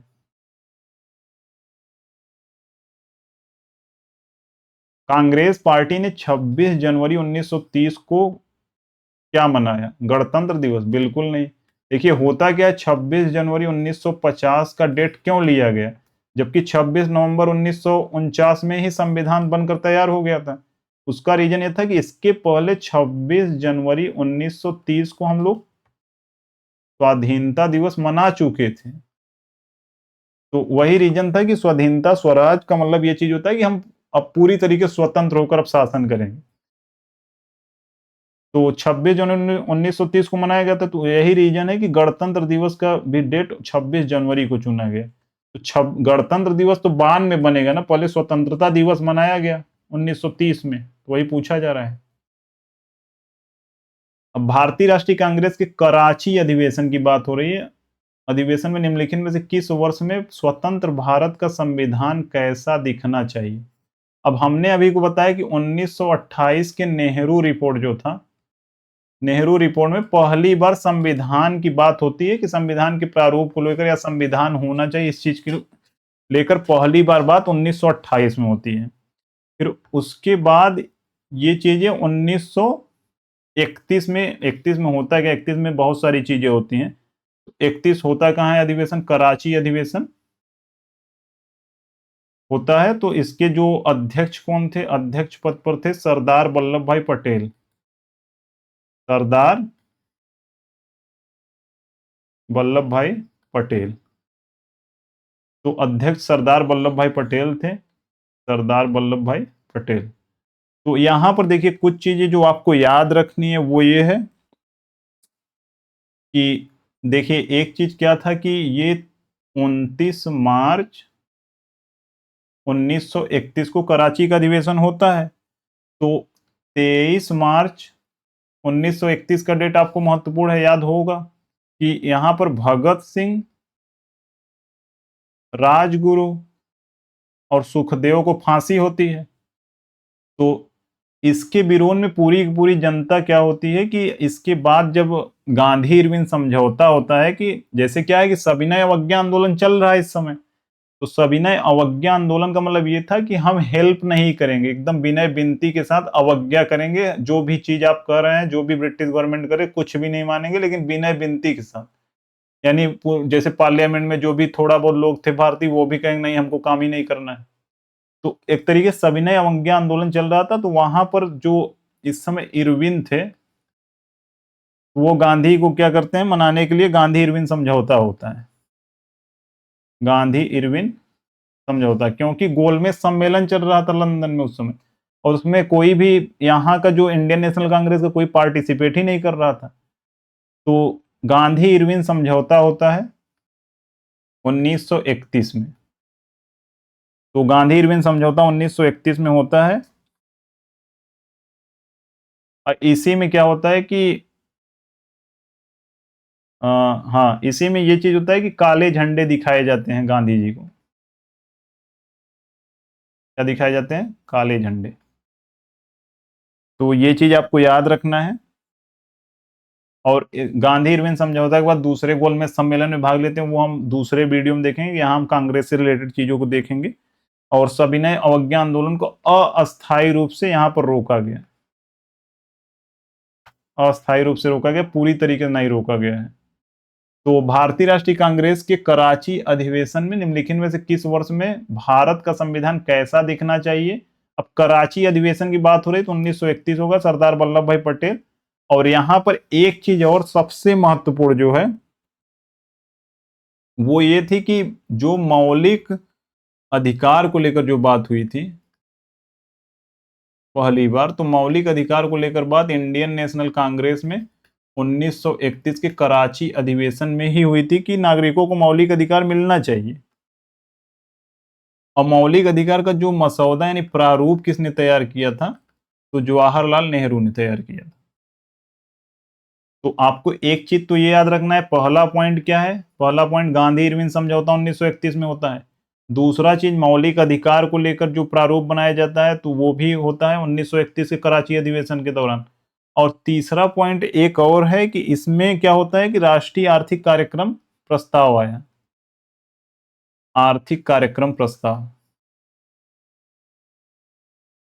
अब आर्थिक कार्यक्रम क्या है कि मतलब इकोनॉमिक, एक तरीके से कह सकते हैं कि इकोनॉमिक में जो भी रिफॉर्म करना है या कुछ भी प्लानिंग करनी है तो उसको लेकर एक प्रस्ताव आता है। तो इतनी चीजें आपको 1931 से कराची अधिवेशन में याद रखनी है। तो 23 मार्च को जब फांसी होती है, क्योंकि ये 29 मार्च होता है, तो यही रीजन है कि बहुत ज्यादा विरोध भी देखने को मिलता है कि आपने क्यों उस समय वायसराय से बात नहीं की कि फांसी को रोक दिया जाए। समझ सकते हैं, उसमें बहुत सारा रीजन, उसमें अभी नहीं फंसना है। अभी आपको ये जानना है गांधी इरविन समझौता, मौलिक अधिकार की बात कराची अधिवेशन, आर्थिक कार्यक्रम की बात कराची अधिवेशन 1931। 1931 में भारतीय राष्ट्रीय कांग्रेस के द्वारा कौन सा ध्वज अपनाया गया? अब वहां पर एक ध्वज को भी सेलेक्ट किया गया था 1931 में, तो एक बार आपको हम दिखाते हैं कौन सा, ये देखिए। तो 1906 सबसे पहला जो झंडा बना था ये बना था। फिर दूसरी बार, अब यहाँ पर 8 कमल है, बाई चांस पूछ ले तो याद रखिएगा 8 कमल है, एक सूर्य है, एक चांद है। तो पहली बार जो झंडा, फिर 1907 का झंडा, फिर 1917 में यहाँ पर बाल गंगाधर तिलक और एनी बेसेंट जो एक तरीके से होम रूल लीग बनाते हैं, तो उस समय ये झंडा अपनाया गया था। 1921 में गांधी जी को साउथ में जब सम्मेलन चल रहा था, तो वहां एक व्यक्ति ये झंडा देता है उनको बनाकर, वो कहता है कि इसमें ये हिंदू के लिए है, ये मुस्लिम के लिए, तो गांधी जी ने व्हाइट शांति के लिए इसमें जोड़ दिया था। बाकी 1931 का ये झंडा है जो तिरंगा रियल में, बाद में जो इस समय 3 कलर जो चल रहा है वो चित था। बाकी 1947 में यहां पर क्या लाया गया, अशोक स्तंभ का जो चक्र है वो, 24 तिलियां जिसमें होती हैं। तो यहां पर 1931 की जो बात हो रही है, तो इसमें ये झंडा था, तिरंगा था, और बीच में क्या था, चरखा। तो खादी द्वारा निर्मित चरखा चिन्ह वाला तीन तीन रंगा था। अब यहां पर देखिए, एक रंग का था, बिल्कुल गलत है। नीले रंग का था, गलत है। 2 रंग का था, गलत है। तो आंसर क्या हो जाएगा, खादी द्वारा निर्मित चरखा चिन्ह वाला तिरंगा ध्वज। अब एक चीज झंडा से रिलेटेड और आपको क्या याद रखना है, कि पहली बार जो झंडा हम अभी को देखें, 7 अगस्त 1906, 7 अगस्त 1906 को कोलकाता में पहली बार फहराया गया था।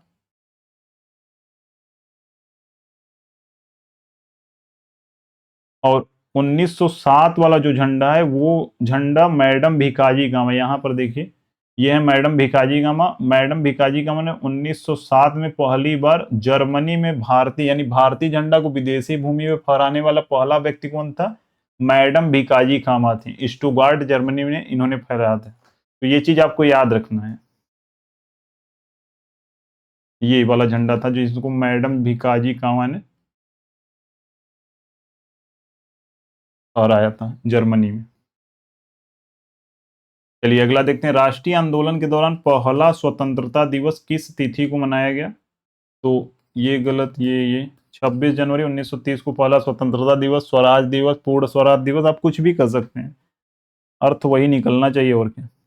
चलिए अगला क्वेश्चन, भारतीय राष्ट्रीय कांग्रेस के द्वारा संविधान सभा की मांग 1936 में इसके मतलब कहां पर वो आयोजित अधिवेशन में प्रस्तावित किया गया था। अब देखिए, ये थोड़ा सा क्वेश्चन क्या है, विवादित है। विवादित इसलिए है क्योंकि 1936 में क्या होता है, 2 सम्मेलन होते हैं। एक तो होता है लखनऊ, सबसे पहले होता है, जिसकी अध्यक्षता जवाहरलाल नेहरू करते हैं। इसके पहले 1929 में अध्यक्षता कर चुके हैं। तो जवाहरलाल नेहरू 1936 में अध्यक्षता करते हैं।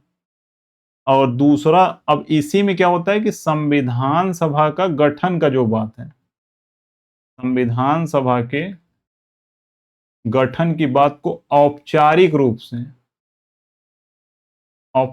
से माना गया। और इसी में जब 1936 में फिर अगला जो दिसंबर में सेशन होता है, फैजपुर, फैजपुर जो सबसे यानी पहला ऐसा सेशन जो गांव में होता है, गांव में होने वाला सेशन था। कहाँ है फैजपुर, तो ये महाराष्ट्र में है। तो पहला गांव में होने वाला कभी सेशन पूछे तो फैजपुर होगा, 1936 में हुआ था, लेकिन इसको बहुत जगह 1937 माना गया। अभी आगे क्वेश्चन भी आएगा जिसमें 1937 ही माना है, तो कभी 1937 में पूछे, फिर भी आप क्वेश्चन के हिंट से समझ सकते हैं वो क्या पूछना चाह रहा है। तो 1936 में पहली बार औपचारिक रूप से संविधान सभा की जो गठन की मांग औपचारिक रूप से माना गया 1936 के लखनऊ अधिवेशन में। बाकी एक चीज और क्या होता है, तो एक चीज और मतलब एक चीज और ये होता है। अच्छा, दूसरा जो ये वाला फैजपुर वाला था, तो इसमें भी जवाहरलाल नेहरू ही अध्यक्ष थे। तो लखनऊ वाले में होता क्या है कि इंडियन नेशनल जो लखनऊ वाला सेशन है, इसमें एक चीज का जो सबसे बार बार क्वेश्चन पूछा जाता है वो ये है कि अखिल भारतीय किसान सभा, अखिल भारतीय कांग्रेस किसान सभा या किसान सभा का गठन कब हुआ। अखिल भारतीय किसान सभा का गठन होता है 1936 लखनऊ में। कर्ता कौन है? तो स्वामी सहजानंद सरस्वती। तो ये चीज नाम याद रखिएगा, स्वामी सहजानंद सरस्वती ने अखिल भारतीय किसान सभा का गठन 1936 लखनऊ में करते हैं। इसके पहले यही व्यक्ति बिहार प्रांतीय किसान सभा, बिहार प्रांतीय किसान सभा का गठन ऑलरेडी इसके पहले ये कर चुके थे। 1936 में फिर से पूरे यानी नेशनल लेवल पे वो करते हैं अखिल भारतीय किसान सभा। तो ये इसका आंसर 1936 में जो पूछ रहा है राष्ट्रीय कांग्रेस के द्वारा संविधान सभा की मांग। हाँ, एक चीज और है कि 1936 का फैजपुर वाला अधिवेशन है, इसमें ये क्लियर किया जाता है कि जो भारत का संविधान है वो संविधान सभा बनाएगी। संविधान सभा मतलब कुल यानी हर क्षेत्र के प्रतिनिधि आएंगे और जो जनता द्वारा चुने होंगे। कोई बाहरी विदेशी आदमी भारत का संविधान नहीं बनाएगा। तो यानी एक तरीके से फैजपुर अधिवेशन में इस जो संविधान सभा की मांग को और मजबूती मिली। तो यहाँ पर ऑप्शन में अगर दोनों होता, लखनऊ और फैजपुर दोनों, तो तब तो ये क्वेश्चन बहुत ज्यादा विवादित होता। लेकिन फैजपुर है तो हम यहाँ पर फैजपुर मार सकते हैं, कोई दिक्कत नहीं, क्योंकि उसमें और मजबूती संविधान सभा की विचारधारा को मिली। अखिल भारतीय किसान सभा का स्थापना कब हुआ? तो 1936 में भारतीय राष्ट्रीय कांग्रेस के किस अधिवेशन में हुआ? तो भारतीय राष्ट्रीय कांग्रेस का 1936 का जो अधिवेशन लखनऊ वाला था, तो लखनऊ वाले में ही अखिल भारतीय किसान सभा का गठन कौन किया था? स्वामी सहजानंद सरस्वती। चलिए अगला क्वेश्चन देखते हैं। वर्ष 1937 में पहली बार किसी गांव में कांग्रेस अधिवेशन। अब देखिए यहां पर 1937 दिया है, जबकि अभी हमने क्या पढ़ा कि दिसंबर 1936 में फैजपुर अधिवेशन होता है, पहला गांव वाला। क्योंकि अब इंडियन नेशनल कांग्रेस गांव में भी जाना चाह रही है, तो 1936 में फैजपुर अधिवेशन होता है। लेकिन यहां पर 1937 पहली बार गांव की बात हो रही है, तो पहली बार गांव के हिंट से फैजपुर ही आप मारेंगे और कोई ऑप्शन है नहीं। तो ठीक है, फैजपुर यहां पर है 1937। चलिए अगला क्वेश्चन देखते हैं। निम्नलिखित में से किसे वर्ष 1938-39 में भारतीय राष्ट्रीय कांग्रेस के अध्यक्ष के रूप में निर्वाचित किया गया? तो 38 और 39 में चुना गया सुभाष चंद्र बोस को। किसको चुना गया? सुभाष चंद्र बोस को। अब देखिए 38 में कहां से होता है चुनाव? तो हरिपुरा से होता है। हरिपुरा है कहां? तो गुजरात में। कहां है? गुजरात में। एक बार पीछे जाएंगे तो आपको, हाँ हरिपुरा, यहां पर देखिए हरिपुरा है जो गुजरात वाला पार्ट था। तो 1938 में हरिपुरा में होता है। तो 1938 में हरिपुरा गुजरात में होता है। सुभाष चंद्र बोस उस समय अध्यक्ष होते हैं। अब इसमें होता क्या है, ये चीज बहुत ज्यादा इंपॉर्टेंट है, याद रखना कि पहली बार जो राष्ट्रीय नियोजन समिति, जबकि राष्ट्रीय यानी आर्थिक नियोजन की बात 1931 कराची अधिवेशन में हुई थी, और संविधान सभा की बात को लेकर मतलब एक मसौदा कैसा होना चाहिए इस पर भी विचार 1931 में हुआ था। जबकि ओवरऑल औपचारिक की जब बात होगी तो 1936 होगा संविधान सभा के गठन की बात, वो भी लखनऊ सेशन में होगा। नहीं रहेगा तो फैजपुर हम मार देंगे। और 1928 तो हम देख ही चुके हैं कि एक बार सबसे पहली बार संविधान सभा की जब बात होती है संविधान बनाने की, तो 1928 से 28 नेहरू रिपोर्ट में होती है। तो हरिपुरा गुजरात, इसमें राष्ट्रीय नियोजन की बात होती है, राष्ट्रीय नियोजन समिति की बात होती है। तो राष्ट्रीय नियोजन समिति का मतलब पहली बार एक तरीके से जो योजना आयोग का जो सफर शुरू होता है, तो राष्ट्रीय नियोजन समिति शुरू होती है। इसका मतलब यह है कि इकोनॉमिक प्लानिंग पर ध्यान दिया जाएगा, हैवी इंडस्ट्रियलाइजेशन पर ध्यान दिया जाएगा। तो इस बात को लेकर विरोधाभास होता कहाँ है? तो विरोधाभास होता है गांधी जी को, क्योंकि गांधी जी कुटीर उद्योग के मतलब समर्थक में थे, और यहाँ पर सुभाष चंद्र बोस ये चाह रहे थे कि नहीं मतलब आर्थिक नियोजन या राष्ट्रीय नियोजन समिति बनाया जाए, और इस तरीके से एक तरीके से पंचवर्षीय योजना जैसे चलता है तो योजनाओं पर ध्यान दिया जाए, हैवी इंडस्ट्री पर ध्यान दिया जाए। तो महात्मा गांधी किसके सपोर्ट में थे? कुटीर उद्योग के। तो यहाँ पर एक आपस में कॉन्फ्लिक्ट देखने को मिलता है। यही रीजन है कि 1939 का जो अधिवेशन होता है तो महात्मा गांधी की तरफ से कौन लड़ता है? पट्टाभी सीतारमैया, पट्टाभी सीतारमैया। और इधर से कौन होते हैं? सुभाष चंद्र बोस। अब महात्मा गांधी की पट्टाभी सीतारमैया खड़ा करते, फिर भी मतलब जीतता कौन है? सुभाष चंद्र बोस ही जीतते हैं यहां पर। लेकिन होता क्या है कि फिर विवाद, मतलब वो एक आपस में जो कन्फ्लिक्ट था उसकी वजह से इस्तीफा कौन दे देता है? सुभाष चंद्र बोस, क्योंकि वो भी बहुत प्रचलित थे उस समय, तो उनकी भी एक अलग ही मतलब छवि थी, तो इस्तीफा दे देते हैं। और उसके बाद उस पद को ग्रहण कौन करता है? तो राजेंद्र प्रसाद। कभी ये पूछे तो याद रखिएगा, कौन ग्रहण करता है? राजेंद्र प्रसाद। यानी राजेंद्र प्रसाद फिर 1939 में अध्यक्षता करते हैं। 1939 का जो सेशन है होता कहाँ है? तो जबलपुर में होता है। जबलपुर में एक जगह है त्रिपुरी, तो त्रिपुरी ज्यादातर देगा, जबलपुर नहीं देगा, तो त्रिपुरी याद रखिएगा। बाकी हरिपुरा कहाँ है? पूरा और पुरी। पूरा पहले आएगा, पुरी बाद में आएगा। तो 38 में हरिपुरा है, 39 में पुरी आएगा। तो ये चीज याद रखना है कि दूसरे वाले में पट्टाभी 39 में पट्टाभी सीतारमैया हार जाते हैं, सुभाष चंद्र बोस जीतते हैं, इस्तीफा देते हैं, राजेंद्र प्रसाद उसके उनके जगह पे आते हैं। और इसी के जस्ट बाद, मतलब 1939 के बाद ही, मतलब यहां से जब इस्तीफा देकर जाते हैं तो वो अपना एक खुद का पार्टी क्रिएट करते हैं, फॉरवर्ड ब्लॉक,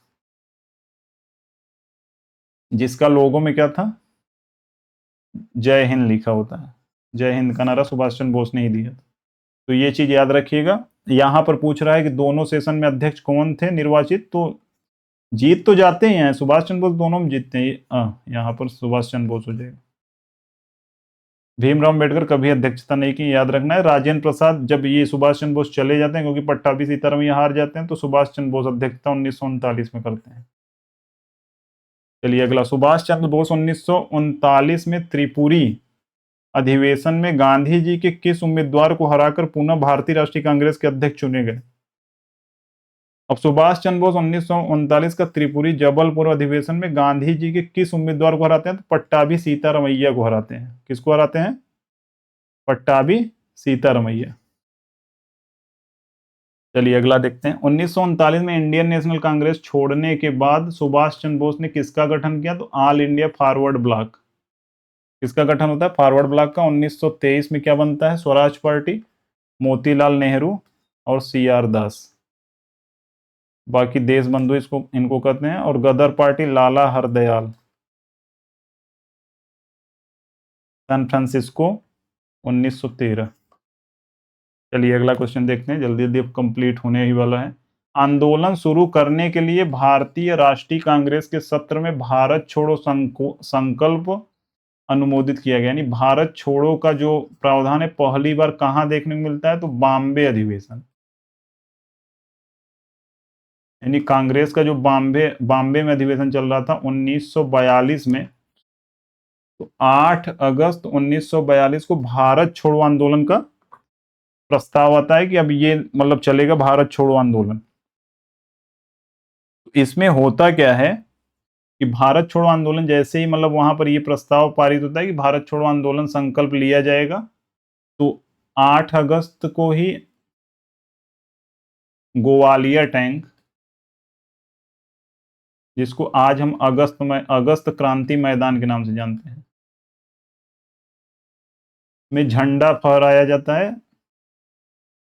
झंडा फहराने का साहस कौन दिखाता है? तो एक अरुणा आसिफ अली, ये महिला हैं, अरुणा आसिफ अली।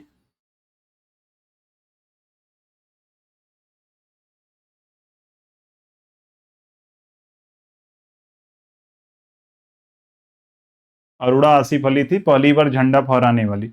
तो ये चीज याद रखना। देखिए भारत छोड़ो आंदोलन में कुछ चीज, भारत छोड़ो का जो ये टर्म है वो किसने प्रस्ताव पारित किया? जवाहरलाल नेहरू थे।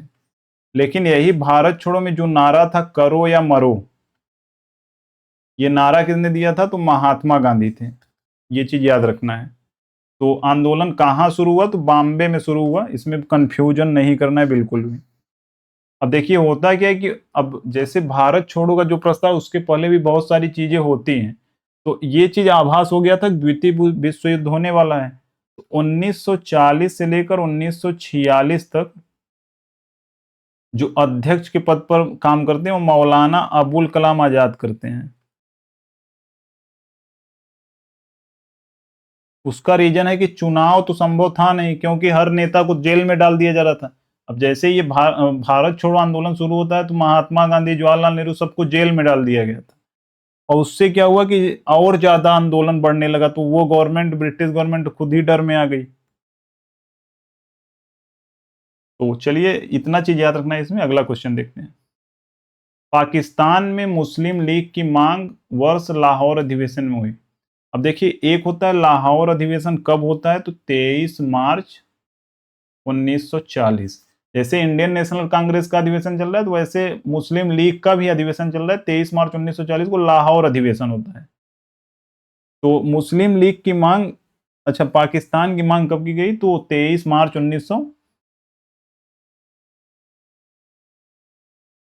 1940। तो इसको हम क्या कहते हैं, एक तरीके से इसको हम लाहौर प्रस्ताव के नाम से भी जानते हैं। याद रखिएगा, ये क्वेश्चन कभी पूछेगा लाहौर प्रस्ताव कब पारित हुआ, तो लाहौर अधिवेशन 23 मार्च 1940 में पारित हुआ। अध्यक्ष तो ऑलरेडी कौन चल रहा है, क्योंकि और कोई योग्य था नहीं, हमको लग रहा है वहां पर जिन्ना ही थे। तो अध्यक्ष कौन था उस समय, जिन्ना थे। तो 1940 में ही पाकिस्तान, अब यहाँ पर क्वेश्चन लिखने का तरीका, पाकिस्तान में मुस्लिम लीग की मांग वर्ष हुई, तो मुस्लिम लीग की, अच्छा मुस्लिम लीग ने पाकिस्तान की मांग यहाँ पर होना चाहिए, तो 1940 में ये चीज होगा, आंसर याद रखिएगा। अब इसमें पाकिस्तान शब्द जो है वो अलग है, वो आगे भी क्वेश्चन आएगा, उससे भी क्वेश्चन पूछा जाता है।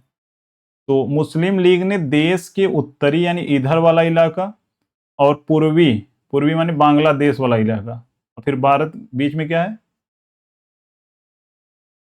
तो बीच में भारत है, और इधर वाला इलाका, इधर वाला जो इलाका है, तो दोनों इलाकों के लेकर मुसलमानों के लिए स्वतंत्र राज्यों की मांग करते हुए एक प्रस्ताव पारित किया, जिसको हम क्या कहते हैं, लाहौर प्रस्ताव। क्या कहते हैं, लाहौर प्रस्ताव। कब पारित किया, तो 1940 में इन्होंने पारित किया, 23 मार्च 1940। अगला क्वेश्चन, मुस्लिम लीग ने निम्नलिखित में से किस वर्ष में मुस्लिम बाहुल्य क्षेत्रों की स्वायत्तता यानी स्वतंत्रता के लिए के साधन की मांग करते हुए एक प्रस्ताव पारित किया, जिसको हम कहते हैं लाहौर प्रस्ताव। लगभग सेम ही क्वेश्चन है, फॉर्मेट थोड़ा सा अलग है, आंसर इसका भी 1940 ही होगा कि मुस्लिम लीग ने किस वर्ष में मुस्लिम बाहुल्य क्षेत्रों के लिए स्वायत्तता की मांग की, 1940। मुस्लिम लीग ने डायरेक्ट एक्शन डे, अब ये इंपॉर्टेंट, मुस्लिम लीग में ये दोनों डेट, एक तो 23 मार्च 1940 और उसी के साथ साथ 16 अगस्त 1946, ये दोनों डेट बहुत ज्यादा इंपॉर्टेंट है। इसमें क्या होता है, इसको हम सीधी कार्रवाई दिवस कहते हैं, सीधी कार्रवाई दिवस। तो सीधी कार्रवाई दिवस में होता क्या है, या इसको हम एक और नाम से जानते हैं, ग्रेट कलकत्ता किलिंग्स। इसमें कलकत्ता में बहुत बहुत ज्यादा लोग मारे गए थे, बहुत ज्यादा बलात्कार हुआ था, बहुत सारी चीजें हुई थी, खून खराबा, बहुत खून की नदियां बह रही थी। और उसका रीजन कौन था, जिन्ना। क्योंकि 16 अगस्त 1946 में होता क्या है कि सबसे पहले जो कैबिनेट मिशन था, तो कैबिनेट मिशन के तहत ही स्वतंत्रता आगे आने वाली थी, मतलब स्वतंत्रता का प्रस्ताव था। तो इंडियन नेशनल कांग्रेस और मुस्लिम लीग ने कैबिनेट मिशन की बात को माना था। लेकिन फिर होता क्या है कि इंडियन नेशनल कांग्रेस कुछ बदलाव करती है। अब बाद में मुस्लिम लीग को ये चीज लगता है कि इंडियन नेशनल मतलब कैबिनेट मिशन के जो लोग हैं वो इंडियन नेशनल कांग्रेस के फेवर में काम कर रहे हैं। तो इसने डायरेक्ट फिर क्या कहा कि अब पाकिस्तान की मांग कहीं ना कहीं मन में इसके पहले ही चल रही होगी, तो पाकिस्तान की मांग इसने, मतलब मांग पाकिस्तान को मतलब एक तरीके से अलग देश की बात मनवाने के लिए ये चीज डायरेक्ट उस दिन लागू किया, डायरेक्ट एक्शन डे, की तुरंत आज ही एक्शन लो, हमको पाकिस्तान अलग से चाहिए। उसी को हम सीधी कार्रवाई दिवस, ग्रेट कलकत्ता किलिंग से नाम से जानते हैं। 16 अगस्त 1946 का वो दिन बहुत ज्यादा खतरनाक था। और जिन्ना ने इसमें एक नारा दिया था कि हम या तो खंडित भारत चाहेंगे या बर्बाद भारत चाहेंगे। तो ठीक है, वो लोग मतलब नारा तो पूछा नहीं जाएगा, लेकिन फिर भी जिन्ना की नीयत देखिए कितनी घटिया है कि बोल रहा है कि या तो हम खंडित भारत या बर्बाद भारत चाहते हैं। चलिए अगला क्वेश्चन, सीधी कार्रवाई दिवस की घोषणा किसने की थी? तो मोहम्मद अली जिन्ना ने की थी। पाकिस्तान का नाम किस वर्ष में गढ़ा गया था? तो पाकिस्तान का नाम किस वर्ष में गढ़ा गया था? तो 1933 में गढ़ा गया था। कौन गढ़ा था? तो चौधरी रहमत अली। कौन थे ये? चौधरी रहमत अली 1933 में। पाक प्लस अस्तान, तो दो शब्द को मिलाकर पाकिस्तान के बारे में बात की थी। ये चीज याद रखना है। बाकी 1933, हाँ ठीक है, यही चीज पूछा जाता है। 1933 में पाकिस्तान शब्द कौन गढ़ा था? याद रखिएगा, चौधरी रहमत अली थे। जिन्ना को मत सोचिएगा, बोलो जिन्ना मार देंगे। उस पंजाबी मुसलमान का नाम बताइए जो कैम्ब्रिज का छात्र था, जिसने 1933 में पाकिस्तान नामक शब्द गढ़ा। तो वह कौन था? चौधरी रहमत अली 1933 में पाकिस्तान शब्द को गढ़ा था। मुस्लिम लीग के 1943 के कराची अधिवेशन में कौन सा नारा दिया गया? बांटो और छोड़ो, यानी अपना मुसलमानों को एक तरफ बांट लो और उसके बाद भारत को छोड़ दो। मतलब जिन्ना की जो नीयत थी सच में बहुत ज्यादा घटिया थी। यही रीजन है कि आज पाकिस्तान बर्बाद भी हो गया। तो मुस्लिम लीग के 1943 के कराची अधिवेशन में कौन सा नारा दिया गया? बांटो और छोड़ दो। स्वतंत्रता काल अवधि, अब देखिए 4-5 क्वेश्चन और है, जल्दी जल्दी कर लेते हैं। स्वतंत्रता काल अवधि के दौरान कांग्रेस के अध्यक्ष कौन थे? स्वतंत्रता काल अवधि के दौरान कांग्रेस के अध्यक्ष कौन थे? तो जेबी कृपलानी, यानी 1947 के समय कांग्रेस के अध्यक्ष कौन थे? जेबी कृपलानी थे, याद रखिएगा। मौलाना अबुल कलाम आजाद ऑलरेडी हम 40 से 46 तक देखे थे। और 1923 का जो विशेष अधिवेशन था, याद आ रहा है आपको, जिसमें 35 वर्ष सबसे कम उम्र में मौलाना अबुल कलाम आजाद को चुना गया था, दिल्ली वाला सेशन। और पट्टाभी सीतारमैया जो हार गए थे, कौन? सुभाष चंद्र बोस से 1939 में। मुस्लिम लीग की स्थापना किस शहर में हुई? अब देखिए मुस्लिम लीग के बारे में थोड़ा जान लेते हैं। मुस्लिम लीग की स्थापना होती है ढाका में, बांग्लादेश में।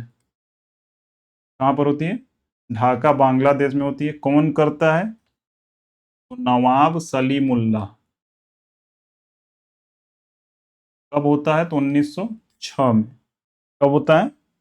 1906 में। 1908 में एक चीज इसमें और होती है, मतलब एक तरीके से मुस्लिम लीग का अधिवेशन जो अमृतसर वाला अधिवेशन होता है। 1908 के अमृतसर अधिवेशन में पृथक निर्वाचक मंडल की मांग करते हैं लोग मुसलमान के लिए। पृथक निर्वाचक मंडल।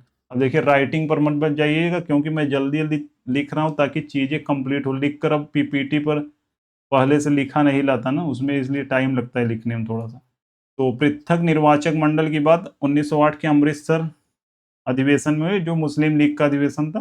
और यही रीजन है कि 1909 में पृथक निर्वाचक मंडल की जो बात है उसको मार्ले मिंटो सुधार के रूप में माना गया। मार्ले मिंटो सुधार जो हुआ था 1909 में, उसमें पृथक निर्वाचक मंडल की बात को मान लिया गया था। बाकी 1913 का वो समय था जिसमें मुस्लिम लीग में जिन्ना जुड़े थे। अब जिन्ना जुड़ा था, इज्जत तो देना लायक है नहीं, तो जिन्ना कब जुड़ा था? मुस्लिम लीग में 1913 में, याद रखिएगा। तो इसका आंसर क्या हो जाएगा? ढाका में इसकी स्थापना हुई थी। स्वतंत्र भारत में भारतीय राष्ट्रीय कांग्रेस की पहली महिला अध्यक्ष कौन थी? तो यहां पर क्या पूछ रहा है? पहली भारतीय, अच्छा पहली महिला अध्यक्ष स्वतंत्र भारत में पूछ रहा है। अब यहां पर गलती मत करिएगा, स्वतंत्र भारत पूछ रहा है तो इंदिरा गांधी होंगी 1959 में। स्वतंत्र भारत में भारतीय राष्ट्रीय कांग्रेस की पहली महिला अध्यक्ष इंदिरा गांधी। सरोजिनी नायडू स्वतंत्र भारत नहीं था तब थी, लेकिन भारतीय थी कानपुर अधिवेशन। कांग्रेस अधिवेशन में वंदे मातरम गाने वाली पहली मुस्लिम महिला का नाम क्या था? तो पहली बार वंदे मातरम गाया कब गया? 1896 कलकत्ता अधिवेशन में। तो कलकत्ता अधिवेशन में पहली बार गाया गया था। तो कौन गाया था? तो रेहाना तैयब जी। कौन गाया था? रेहाना तैयबजी, यानी ये तैयबजी खानदान से थी। तैयबजी खानदान उस समय बहुत ज्यादा आगे चल रहा था। निम्नलिखित में से कौन भारतीय राष्ट्रीय कांग्रेस के चरमपंथी नेता नहीं है? अब हमने बताया चरमपंथी नेता कौन कौन थे, तो विपिंद्र चंद्र लाल बाल पाल, तो पाल थे, बाल थे, और लाला लाजपत राय भी थे जो ऑप्शन में नहीं है, और अरविंदो घोष थे। तो ये तीनों चारों क्या थे, एक्सट्रीमिस्ट थे, चरमपंथी थे। लेकिन सुरेंद्र नाथ बनर्जी क्या थे, नरमपंथी में आते थे। तो यही आंसर हो जाएगा। निम्नलिखित में से किसने कभी अध्यक्ष के रूप में भारतीय राष्ट्रीय कांग्रेस की अध्यक्षता नहीं की? तो सुरेंद्र नाथ बनर्जी ने की, इन्होंने नहीं की। डॉक्टर भीमराव अम्बेडकर कभी भी अध्यक्षता इंडियन नेशनल कांग्रेस की नहीं की। सरोजिनी नायडू ने की 1925 में, दादा भाई नौरोजी ने भी की। लाल बाल पाल नामक प्रसिद्ध स्वतंत्रता सेनानी क्रमशः किन भारतीय राज्य से थे? तो लाला लाजपत राय कहाँ से थे? पंजाब से थे। और बाल गंगाधर तिलक कहाँ से थे? महाराष्ट्र से। और बिपिंद्र चंद्र पाल कहाँ से थे? बंगाल से। तो आंसर क्या हो जाएगा? तो बस यहाँ तक आप बने रहे, उसके लिए बहुत बहुत धन्यवाद। हाँ, एक बार कहिए तो अब फिर से रिवाइज करा दे रहा हूँ आपको।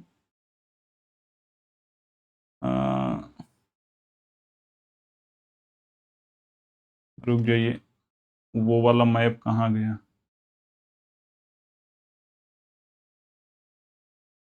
देखिए, यहाँ तक बने रहे। पहले ये कंप्लीट कर दूं कि आपने इतना समय अपना दिया और बहुत सारी चीज़ें आपको सीखने को मिली होंगी। इसी प्रकार जो भी टॉपिक होगा हम लोग एकदम खत्म कर देंगे उसको, मतलब कुछ भी उससे ज़्यादा बचने वाला है नहीं, कुछ भी उससे ज़्यादा पूछा नहीं जाएगा। तो चैनल को सब्सक्राइब कर लीजिएगा, कम से कम 4-5 लोगों को शेयर कर लीजिएगा, अभी चैनल एकदम नया है। बाकी लाइक करना बिल्कुल भी मत भूलिएगा, और डिस्क्रिप्शन में इसका लिंक होगा, तो आपको वहाँ से जाकर पीपीटी को डाउनलोड करना है। और क्लास के बाद एक बार रिवाइज जरूर करिए करिए, भले 1-2 घंटे बाद, एक दिन नहीं 1-2 घंटे बाद जरूर रिवाइज कर लीजिए करिए, मतलब सोने से पहले उसी दिन। बाकी आप यहाँ जाना चाहे जा सकते हैं, लेकिन एक बार मैं सोच रहा हूँ कि एक बार जल्दी जल्दी रिवाइज करा दूं। अब समय तो काफी हो ही गया है, रुक जाइए।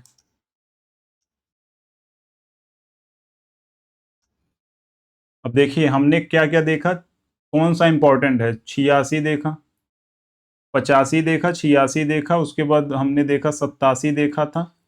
87 कहाँ था? मद्रास में। फिर 88 कहाँ था? एक बार डेट भर देख रहे हैं बस, 88 कहाँ था? बाकी आप जाना चाहें तो यहाँ से डिसकंटिन्यू कर सकते हैं वीडियो में। तो 88, 88 हमने इलाहाबाद में देखा था। फिर 89, 90, 91, 92, 93, 94 नहीं देखना है। फिर 95 नहीं देखना है, 96 देखना है। 96 हमने कोलकाता में देखा था। फिर 97, 98, 99, 100 नहीं देखना है। 1, 2, 3, 4 नहीं देखना है। फिर 5 देखना है। 5 हमने बनारस में देखा था 1905। फिर उसके बाद 6 हमने कहाँ देखा था? 1906 फिर कोलकाता में देखा था। तीनों जगह कौन थे? दादा भाई नौरोजी थे। फिर 7, 1907 में हमने कहाँ देखा था? सूरत में देखा था। सूरत, सूरत कहाँ है? रास बिहारी घोष थे। 1908 नहीं था, 9 नहीं था, 9 में मदन मोहन मालवीय थे। 9 में कौन थे? मदन मोहन मालवीय। कहाँ पर? लाहौर अधिवेशन हुआ था।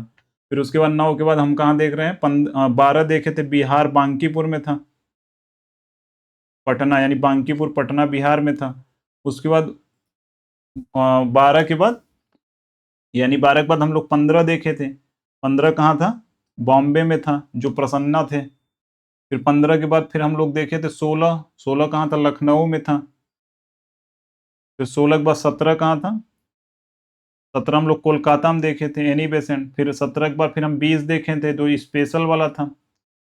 तो स्पेशल वाला कहाँ था? कोलकाता में था। जबकि जो वार्षिक सम्मेलन कहाँ था? वो था नागपुर में, 1920 नागपुर में। फिर उसके बाद 1920 नागपुर में था। उसके बाद हम लोग 20 के बाद फिर 21, 22 देखे थे। 22 भी याद रखिएगा, गया में हुआ था, कुछ इसमें और याद नहीं रखना है। फिर 23 देखे थे। 23 में विशेष जो हुआ था, जिसमें मौलाना अबुल कलाम आजाद को दिल्ली में वो बनाया गया था 35 वर्ष, यानी सबसे कम उम्र में। फिर 23 में एक और हुआ था, वो कहाँ का था? अच्छा, 23 में एक और हुआ था। कहाँ गया 23 में? अच्छा, 23 में काकीनाडा जो था, मैंने मैप दिखा रहा था। तो 23 के बाद फिर 25, 25 में कहाँ था? कानपुर में था, सरोजिनी नायडू थी पहली भारती। उसके बाद 23 के, 25 के बाद फिर 26, 26 नहीं था, 27 नहीं था, 27 में मद्रास में था। फिर 28, 28 में कहाँ था? कोलकाता में। मोतीलाल नेहरू। फिर 29 में जवाहरलाल नेहरू थे। 29 में कहाँ था? लाहौर में था। फिर 30 नहीं था, 31 में कराची में था, यहाँ पर है कराची। फिर 31 के बाद 32 नहीं था, फिर 33 में हम लोगों ने कहाँ देखा था? नेली सेन गुप्ता को देखा, तो वो जरूरी है नहीं, कोलकाता में था। फिर 33 के बाद हम कहाँ देखे थे? 36 में लखनऊ में था जवाहरलाल नेहरू। और 36 में एक जगह और कहाँ हुआ था? 36 में याद है? मद्रास में हुआ था। हाँ 36 फैजपुर हुआ था, सॉरी फैजपुर। लेकिन 37 यहाँ लिखा है, 37 ही मानना है। उसके बाद 36 मतलब 37 के बाद फिर 38 में हुआ था 39, तो 38 में हरिपुरा में होता, 39 में त्रिपुरी में हुआ था जबलपुर, दोनों सुभाष चंद्र बोस। 39 के बाद फिर 40 से फिर मौलाना अबुल कलाम आजाद चलते हैं। तो बस इतना याद रखना है। अब बाकी आप यहाँ तक बने रहें। बहुत बहुत धन्यवाद। पीपीटी हम अपलोड कर देंगे, वहाँ से आप देख लीजिएगा।